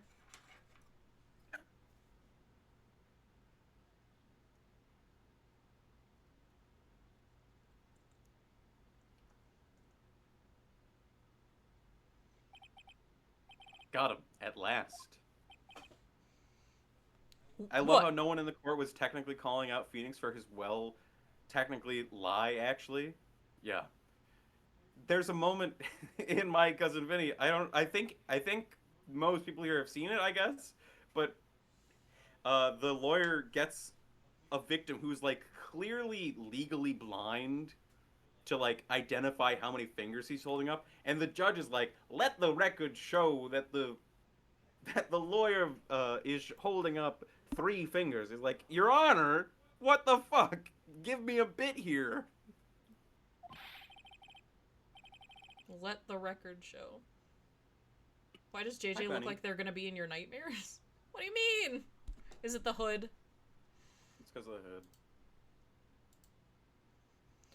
Why has everyone gone quiet? I said the bottle. Culting looking hood. Here, I'll take it off for you. There you go. There's JJ. There's their face. Is this the bottle you're referring to? Yeah, that's it. That's the bottle the cyanide was in.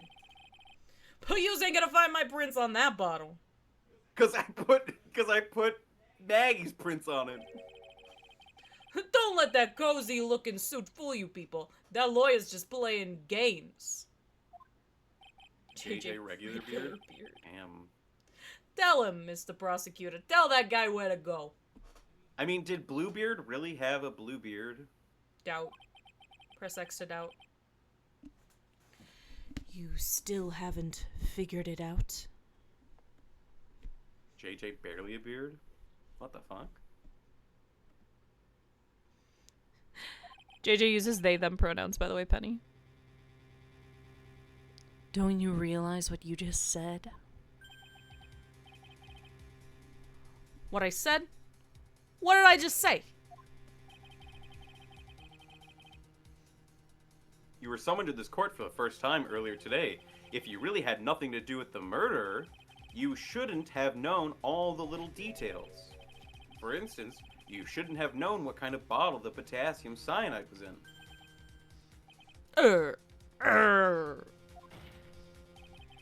But just now you slipped up in front of every single person in this courtroom. You described the exact bottle used by the killer to hold the poison. Yous don't know who yous messing with. I'm the Tiger. I control millions of dollars on the black market. Just admit to more crimes. Yous think I'm gonna let some jumped up suit get the better of me? Sure, the last piece of evidence was phony. But that's just what you deserve. The phony trial with a phony lawyer. It was all played out by you, the biggest phony of all. It's a good one, Luna. +2. They/them.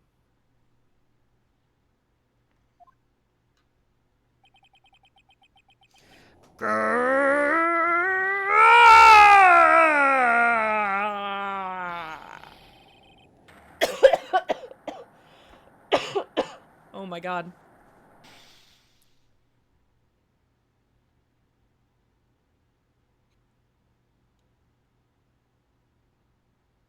What?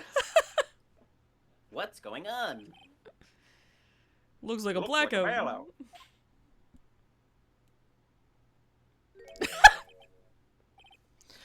Well done, Trite.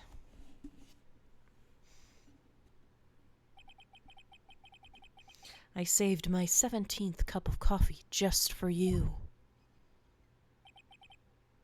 Savor He it gets electrocuted right there. while you watch the police restrain your prey. That was insane. Mr. Wright, you caught a Tiger bite. There we go. There it is. There it is. but if this one hollers, he won't be let go. Now then, how are things going with Mr. D-Gray, Mr. Godot? He's being arrested on suspicion of the murder of Glen Elk, Your Honor. Fortunately for us, we managed to rectify a very grave error. Miss Bird was found guilty in the absence of a genuine defense attorney. My favorite breakdowns are the ones where they straight up just die. Oh boy. Wright should have second-degree burns on his face? I think so, because they brew a fresh cup of coffee for each cup. Yeah. In the absence of genuine evidence. But the tiger made one mistake. Indeed. He very nearly got away with everything if it wasn't for that one slip of the tongue. Furio Tigre is truly a frightening criminal. Right has Luke Cage skin? Oh my god, maybe. Ha! The truly frightening one is that defense attorney over there. Godot. Well, I am now in a position to deliver my verdict. This court finds the defendant, Maggie Bird, not guilty. Hell yeah, brother.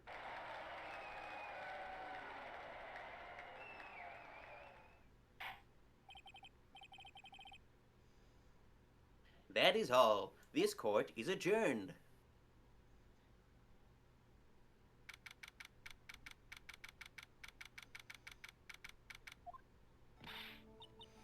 Mr. Wright, I'm at a loss for words. Thank you, sir. Congratulations, Maggie. I was so mad when Mr. Wright landed me in all that trouble a month ago. But now I feel like I can forgive him. Hey! That wasn't me, Maggie. That was the tiger. Look, Nick, in the doorway. Detective Gumshoe. Oh, guess I'll be heading off then. See you around, pal. Wait!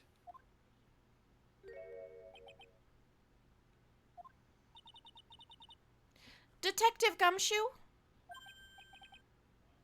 Oh yeah. Congratulations, Maggie. Thanks.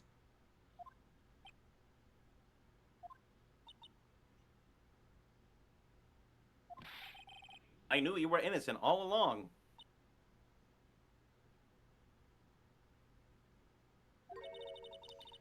Why didn't you say that in your testimony then?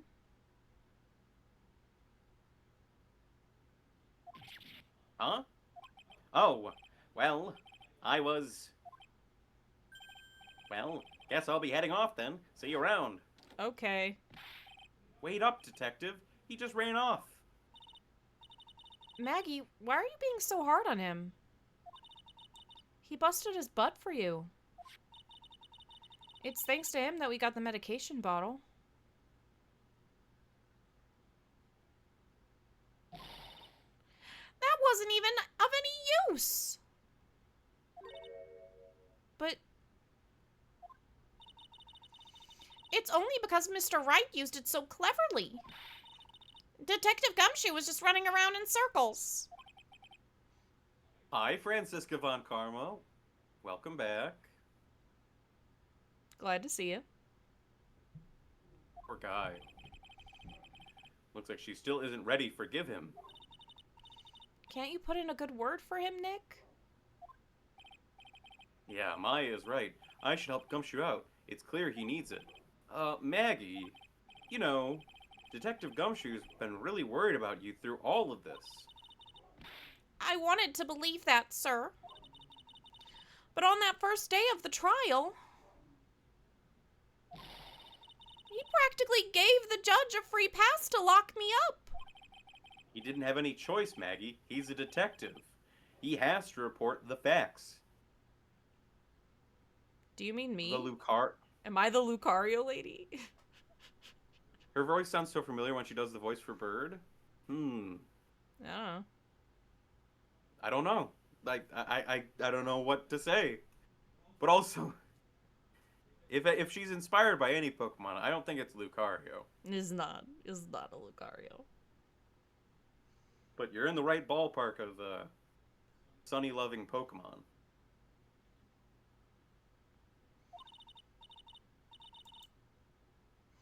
He doubted me, that's why. He thought I might have done it. So, are you adult Johnny Test, JJ Squid? What the fuck? Never compare me to that whip-cracking motherfucker. I did watch Johnny Test when I was a kid. The hair is... the hair, though. I see where you're coming from, Francisco. Had a fiery hair and a turbocharged backpack. Isn't that the first lyric, right? Sure. I don't remember the theme song. Got I to just prove remember to the her hair. That Gumshoe really cares about her. I know. I'll give her a little present to celebrate her freedom. The lunch. Here you are, a present to celebrate your freedom. That's... A present from Detective Gumshoe made with a ton of love. He said you lost weight and he was worried about you. Detective Gumshoe... I actually really like weenies, you know. Did you guys hear that? I'm pretty hungry myself, you know. Yeah, the trial dragged on a bit today, didn't it? Is it okay if I eat this now?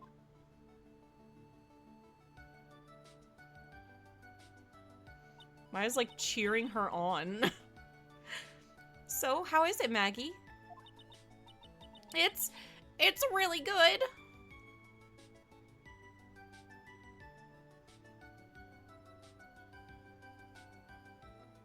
So the case of the phony versus genuine comes to an end. The false allegations surrounding Maggie have all been cleared up. And who knows, maybe a whole new chapter of her life is about to start. Apparently not, it's been spoiled for me.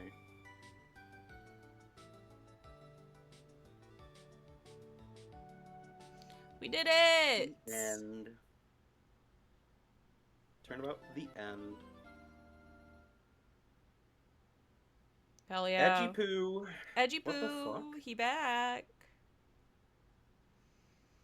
So next week, we'll have a new episode. Yeah, new case. New case, who dis? Why is Edgeworth on the cover for it? Is he gonna be the prosecutor? I hope I so. thought he gave that up. I hope he's involved in some way because, oh my god, Godot's Excuse me? voice. Milk Edgman himself? What does that We mean, gotta get Otto? out of here. We gotta get out of here. We gotta leave. We simply must. Do you want to raid Rin and I'll raid Mashi, or other way around? I can raid Rin, yes. Okay, great.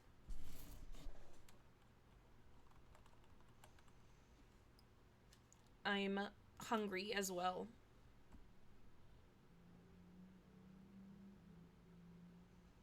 One moment as I type up our raid message.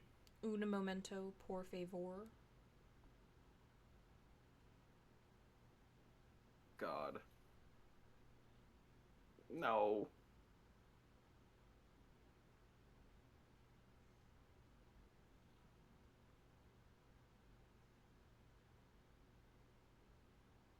So please feel free to use this and come along for the raid. I know we really appreciate it. And you'll get extra channel points if you do. Yes, indeed. I'm looking forward to playing more Pokopia, more Legends ZA, and I am specifically going to play more Animal Crossing with Rin on Saturday. Yippee! Who we're raiding into. You know, do you have anything coming up this week? I'm gonna try and might do a stream tomorrow, I'm not sure. I have to see how I'm feeling. I have a lot of stuff to do. But definitely Friday and Saturday, I'll be here. Okay, great.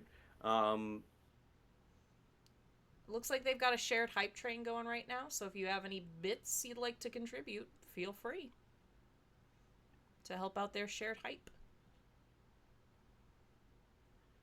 And if we don't see you later this week, we'll just see you in the next one. Bye, everyone! Bye-bye.